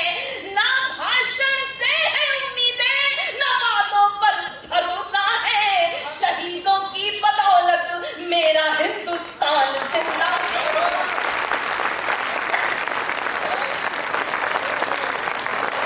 और ये बात इतनी बेबाकी से क्यों कह सकती हूँ? मैं भारतवर्ष की बेटी हूँ, हरगिज डर नहीं सकती। मैं भारतवर्ष की बेटी हूँ, हरगिज डर नहीं सकती। मुझे मालूम है मरने से पहले मर नहीं सकती, मुझे मालूम है मरने से पहले मर नहीं सकती। जो कायर हो गया दुश्मन के आगे सिर झुकाता है, उसे मर जाऊंगी लेकिन नमन मैं कर नहीं सकती। मैं बहुत आभारी हूँ। एक निवेदन करना चाहती हूँ, आपको बहुत अच्छा सुन रहे हैं इतने थके होने के बावजूद, लेकिन समय की मुझे सीमाएं मालूम है। बहुत सी हलचल होने लगी है, कार्यक्रम अपनी समापन की ओर बढ़ रहा है, लेकिन मैं आपसे निवेदन कर रही हूँ 10-15 मिनट का समय मैं आप सबका और मांग रही हूँ। कविता पाठ के दौरान आप सब यदि हलचल करते हैं तो इससे हमारा ध्यान भंग होता है, इसलिए मैं आपसे निवेदन कर रही हूँ। सुने, आपके अधिकारी यहाँ पर बैठे हुए हैं, तो मुझे लगता है कि यदि आपके घर के बड़े यहाँ पर बैठे हैं तो आप सब अनुशासन में रहेंगे। मैं पंक्तियां समर्पित करती हूँ, सुनेगा। 4 पंक्तियां आप तक और पहुंचाती हूँ, सुने। धरा की लाज वीरों के, धरा की लाज वीरों के पराक्रम पर टिकी होगी। एक गर्व आप सबने जिया होगा। अभी हमारे देश के मुखिया ने कहा कि तिरंगा, हर घर तिरंगा होना चाहिए, लेकिन सबसे बड़ा गर्व आपने उस दिन जी लिया था जब यूक्रेन से वो लोग तिरंगा ओढ़कर सुरक्षित आ गए जिन्होंने जिंदगी भर तिरंगे को गालियां दी। ये आप सबका गर्व है। ये तिरंगे में शक्ति किसकी है? मैं पंक्तियां समर्पित करती हूँ, सुनेगा। धरा की लाज वीरों के पराक्रम पर टिकी होगी, हर एक कण पर समर्पण की इबारत भी दिखी होगी। नजर भर कर जरा देखो, पता चल जाएगा तुमको, तिरंगे पर सपूतों की विजय गाथा लिखी होगी।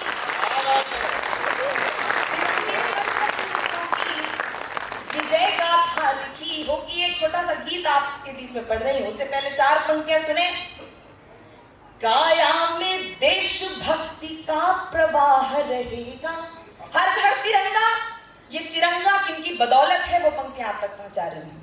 काया में देशभक्ति का प्रवाह बहेगा, साहस से साजिशों का हर एक दुर्ग ढहेगा, साहस से साजिशों का हर एक दुर्ग ढहेगा। जब तक है सरहदों पे खड़ा एक भी जवान, जब तक है सरहदों पे खड़ा एक भी जवान, ऐ हिंद तू आजाद है, आजाद रहेगा,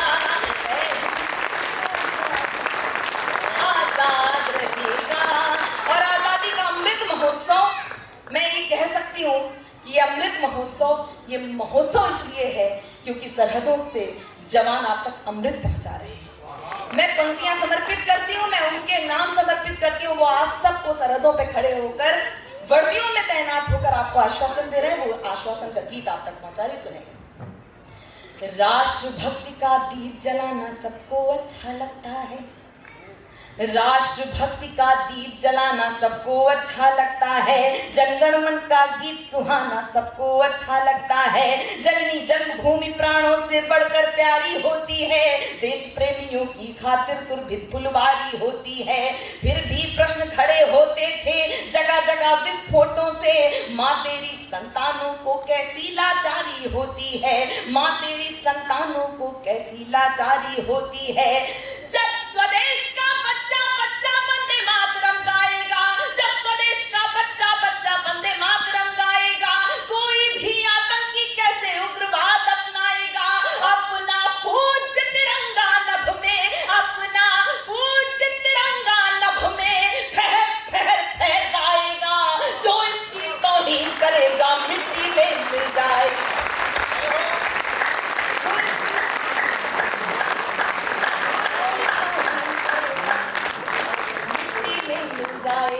जो इसकी तौहीन करेगा। ये गीत पूरा करना चाह रही थी, लेकिन मुझे आदरणीय पंकज जी ने कुछ कविताओं के लिए कहा है। समय की मर्यादा, इसलिए मैं एक कविता आप तक पहुंचा के एक नया गीत पढ़ूंगी, पंक्तियां समर्पित करती हूँ।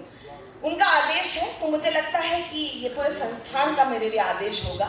वो गीत लोगों तक पहुंचा है और बस इस गीत की भूमिका में सिर्फ इतना कहना चाहती हूँ कि भाषा शर्म का नहीं, गर्व का विषय हुआ करती है। आप पूरे गर्व के साथ अपनी भाषा को बोलेंगे तो पूरी दुनिया आपको गर्व के साथ सुनने को तैयार हो जाएगी। मुझे अपनी भाषा पर गर्व है। मैं ये गीत आप तक पहुंचा रही हूँ। ये देवभूमि है, ये संस्कृत आपके रगों में दौड़ती होगी। मैं एक देव भाषा से मिलती जुलती भाषा में एक गीत आप तक, एक वंदना आप तक पहुंचा रही हूँ। वंदना की कुछ पंक्तियां। हे ईश्वर मालिक हे दाता, हे ईश्वर मालिक हे दाता, हे जगत नियंता दीन बंधु, हे परमेश्वर प्रभु, हे भगवन, हे प्रतिपालक, हे दया सिंधु, सच्चिदानंद घट घटवासी, हे पुण्य राशि करुणावतार, हे विघ्न हरण मंगल मूरत, हे शक्ति रूप, हे गुणागार। सभ्यता यशस्वी हो जाए, मानवता का फैले प्रकाश, सब दिव्य दृष्टि के पोषक हो कर दो कुदृष्टि का सर्वनाश। इतिहास गढ़े जाए प्रतिपल, पृष्ठों में अकलंकता रहे, सज्जनता का अनुशीलन हो, मानव को पथ का पता रहे। हर एक बालिका विदुषी हो, हर बालक नीत निधान रहे, फहराए तिरंगा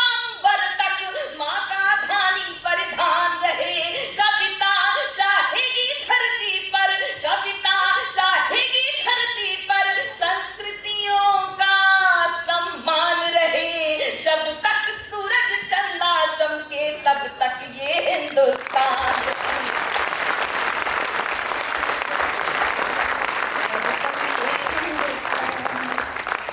सुपुनीता होकर मनोवृत्ति उत्तुंग शिखर स्पर्श करे, गुण श्रेष्ठ प्रस्फुटित हो इतने, सम्यक हो क्रांति विमर्श करे, उत्फुल्ल रहे हर एक व्यक्ति पर परम सरलता बनी रहे, शब्दों की अपनी गरिमा हो अविराम तरलता बनी रहे।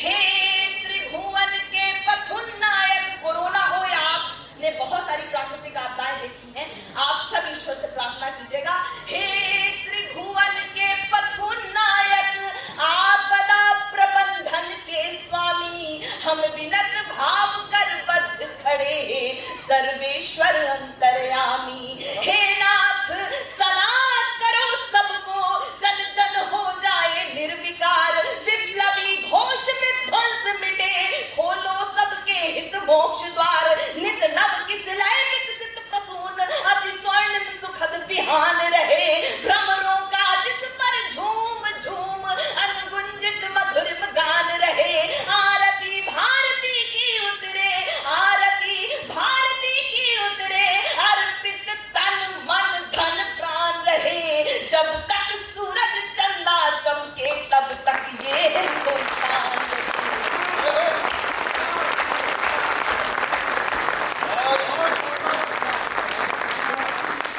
और वंदना की अंतिम पंक्तियां आप तक पहुंचाती हूँ, आपके इष्ट को समर्पित करती हूँ, जिनको भी आप अपना इष्ट मानते हो, पंक्तियां समर्पित करते सुनाइए।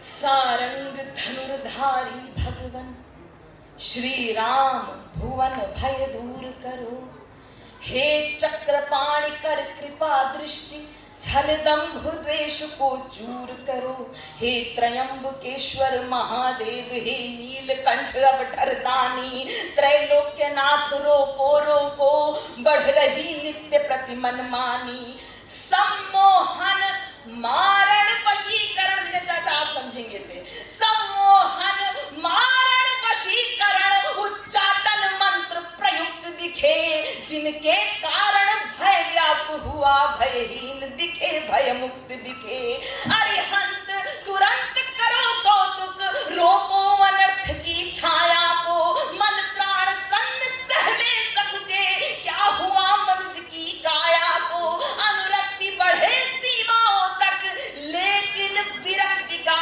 ध्यान रहे, मिट जाए तिमिर अशिक्षा का, भाषित शिक्षा का दान रहे, मानव अर्पित हो राष्ट्र हेतु, मानव अर्पित हो राष्ट्र हेतु, पूजित युग युग अभिमान रहे, जब तक सूरज चंदा चमके तब तक ये हिंदुस्तान रहे। एक अंतिम गीत पढ़कर, एक बहुत 2 मिनट तक गीत पढ़कर अपना स्थान इसलिए लेना चाहती हूँ। ये आप सबको इस बात का गौरव होना चाहिए कि एक फिल्म में भुज फिल्म का ये गीत है, और ये और भी गौरव की बात है कि उस फिल्म में जहाँ गीत लिखने के बाद दूसरों से वो गाने गवाए जाते हैं, बड़े बड़े गीतकार उस गीत को गाते हैं, लेकिन मुझे मेरी जानकारी में वर्तमान समय में ऐसा पहली बार हुआ है जब कवि मंचों की किसी कवित्री का लिखा हुआ गीत उनकी स्वयं की आवाज में इस फिल्म को हूबहू लिया गया है। ये और भी गौरव की बात है, इस बात के लिए आप बधाई प्रेषित कर सकते हैं। और इससे भी बड़े मेरे लिए गौरव की बात यह है कि इतनी बार ये गीत सुनने के बाद आपने पुनः उस गीत को उतने ही मन से सुना है, ये इस गीत की उपलब्धि है। मैं आपको बहुत बहुत बार प्रणाम करती हूँ, बहुत आभार व्यक्त करती हूँ। जिस मन से आप देश को जी रहे हैं, हम सब उत्सव धर्मी लोग हैं। मैं एक बहुत छोटा सा गीत और एकदम नया गीत आप तक पहुंचा रही हूँ, पहली बार किसी मंच से पढ़ रही हूँ, रिकॉर्डिंग हो रही है, और अनुरोध करूंगी कि इसका वीडियो मुझे जरूर उपलब्ध कराइएगा, क्योंकि मैं आप सबकी भावना इस गीत में सम्मिलित करना चाहती हूँ, उन यादों को सम्मिलित करना चाहती हूँ। हम सब उत्सव धर्मी लोग हैं, उत्सवों की प्रतीक्षा करते हैं, और जब आपका बेटा, आपका भाई सरहद पे होता है तो उस पर्व में अपने भाई की, अपने बेटे की प्रतीक्षा करते हैं आप। राखी, रक्षाबंधन का पर्व आने वाला है, और उसके तुरंत बाद हम आज़ादी का अमृत महोत्सव भी मना रहे हैं, स्वतंत्रता दिवस भी मनाएंगे। एक छोटा सा गीत, एकदम सत्य घटना पर आधारित गीत है, कि एक सेना में तैनात जवान, सरहदों पे तैनात जवान शहीद हो जाता है। रक्षाबंधन का पर्व है, बहन प्रतीक्षा करती है और क्या घटनाक्रम बनता है वो एक गीत आप तक पहुंचा रही हूँ। बहुत भावुक हृदय से पढ़ रही हूँ, बिल्कुल सत्य घटना है, आप तक बात पहुंचाते हैं, सुनेगा। बिल्कुल नया गीत है, आप सब मन दे देंगे। एक बार तालियां बजाकर मुझे आदेश दे दीजिएगा। मैं बहुत भावुकता के साथ, बहुत गंभीरता के साथ आप तक पहुंचा रही हूँ। जितनी मातृशक्ति है, जितनी बहनें यहाँ सभागार में उपस्थित हैं, उनकी ओर से ये गीत, ये श्रद्धा सुमन उन शहीदों को प्रणाम करते हुए मैं पंक्तियां समर्पित करती हूँ। किसको राखी बांधे बहना फूट गई तकदीर, किसको राखी बांधे बहना फूट गई तकदीर, राखी किसको बांधे बहना फूट गई तकदीर, लिपट तिरंगे में लौटा घर, लिपट तिरंगे में लौटा घर वापस जिसका वीर, किसको राखी बांधे बहना फूट गई तकदीर, राखी किसको बांधे बहना फूट गई तकदीर। सुबह मुंडेर पे बोल रहा था काऊ काऊ एक कागा, सुबह मुंडेर पे बोल रहा था काऊ काऊ एक कागा, अपनी बोली में जाने क्या कह कर गया अभागा, अपनी बोली में जाने क्या कह कर गया अभागा, वह समझी भैया आएगा, वह समझी भैया आएगा, मन हो गया अधीर, किसको राखी बांधे बहना फूट गई तकदीर, राखी किसको बांधे बहना फूट गई तकदीर। तब तक बजी फोन की घंटी बोली जैसे गोली, तब तक बजी फोन की घंटी बोली जैसे गोली, वह अवाक रह गई सन्नसी भूली हंसी ठिठोली, मिली सूचना भैया की जो, मिली सूचना भैया की जो गई कलेजा चीर, किसको राखी बांधे बहना फूट गई तकदीर, राखी किसको बांधे बहना फूट गई तकदीर। पापा पूछे अरे बावरी यह कैसा भूडोल, पापा पूछे अरे बावरी यह कैसा भूडोल, इस बेला उस बेला वह सिर्फ कसम से इतना पाई बोल, माला पहनाई दीवार पर, माला पहनाई दीवार पर, टंगनी है तस्वीर, किसको राखी बांधे बहना फूट गई तकदीर। और अंतिम बंद, आप सबकी तालियां थोड़ी देर बिल्कुल गंभीरता के सुनिएगा। अंतिम पंक्ति, अंतिम बंद, ये सत्य घटना है। यदि ये सत्य घटना आपको अंदर तक हिला दे तो आप सब अंत में उस शहीद के लिए, उस बहन के लिए अंतिम रूप से विनम्रता पूर्वक श्रद्धांजलि दे सकते हैं। मैं पंक्तियां समर्पित करती हूँ, अंतिम बंद सुनिएगा। सुने। लिपट गई जाकर वह शव से बोली भाई भाई, कल्पना कीजिएगा, बिल्कुल सत्य घटना है। लिपट गई जाकर वह शव से बोली भाई भाई, लिपट गई जाकर शहीद से बोली भाई भाई, उस बेला बहना को अंतिम हिचकी आई, उस बेला पर उस बहना को अंतिम हिचकी आई, राखी गई बांधने शायद, राखी गई बांधने शायद खुद भाई के तीर, किसको राखी बांधे बहना फूट गई तकदीर, राखी किसको बांधे बहना फूट गई तकदीर, लिपट तिरंगे में लौटा घर वापस जिसका वीर, किसको राखी बांधे बहना फूट गई।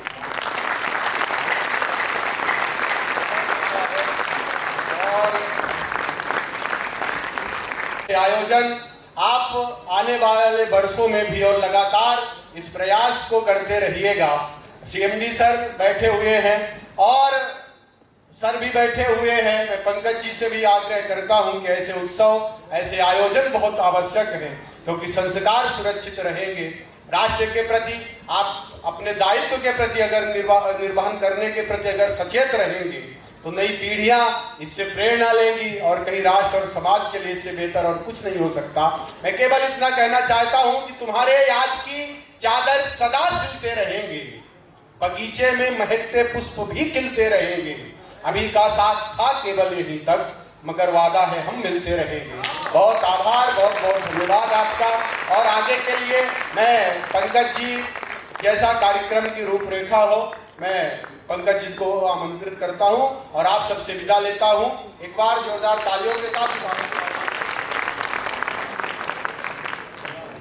यहाँ पर काफ़ी समय बाद देखने को मिला। बीच में 2 साल तक तो कोरोना की वजह से कार्यक्रम हुए ही नहीं। उससे पहले जो कवि सम्मेलन हुए वो भी अद्भुत थे। और ये काव्य पाठ में जो सभी लोगों ने अपनी परफॉर्मेंस दी है वो बहुत अच्छी लगी, सभी ने बहुत पसंद किया। मैं इस अवसर पर उपस्थित हमारे मुख्य अतिथि महोदय, आदरणीय अध्यक्ष एवं प्रबंध निदेशक महोदय, मैडम निदेशक वित्त और मैडम मुख्य महाप्रबंधक सभी का बहुत बहुत धन्यवाद देता हूँ, आभार व्यक्त करता हूँ। इसके साथ ही सभी दर्शक जो काफ़ी देर से यहाँ पर बैठे हैं और हमारी आपकी बातों को सुन रहे हैं, उनका भी बहुत बहुत तहे दिल से धन्यवाद देता हूँ, आभार व्यक्त करता हूँ। इसके साथ बहुत सारे ऐसे विभाग हैं जो इस कार्यक्रम के पीछे लगे हुए थे। हालांकि हम ही इसके दिखाई दे रहे थे, लेकिन बहुत सारे लोग हैं जो इसके पीछे कई दिनों से मेहनत कर रहे हैं और प्रयास कर रहे हैं, प्लानिंग कर रहे हैं। उन सभी का भी हार्दिक धन्यवाद, आभार। इसके साथ मैं एक ग्रुप फोटोग्राफ के लिए आमंत्रित करता हूं आदरणीय अध्यक्ष एवं प्रबंध निदेशक महोदय को, मैडम को, निदेशक वित्त महोदय को, मुख्य महाप्रबंधक महोदय, कृपया एक ग्रुप फोटोग्राफ के लिए मंच पर आने की कृपा करें।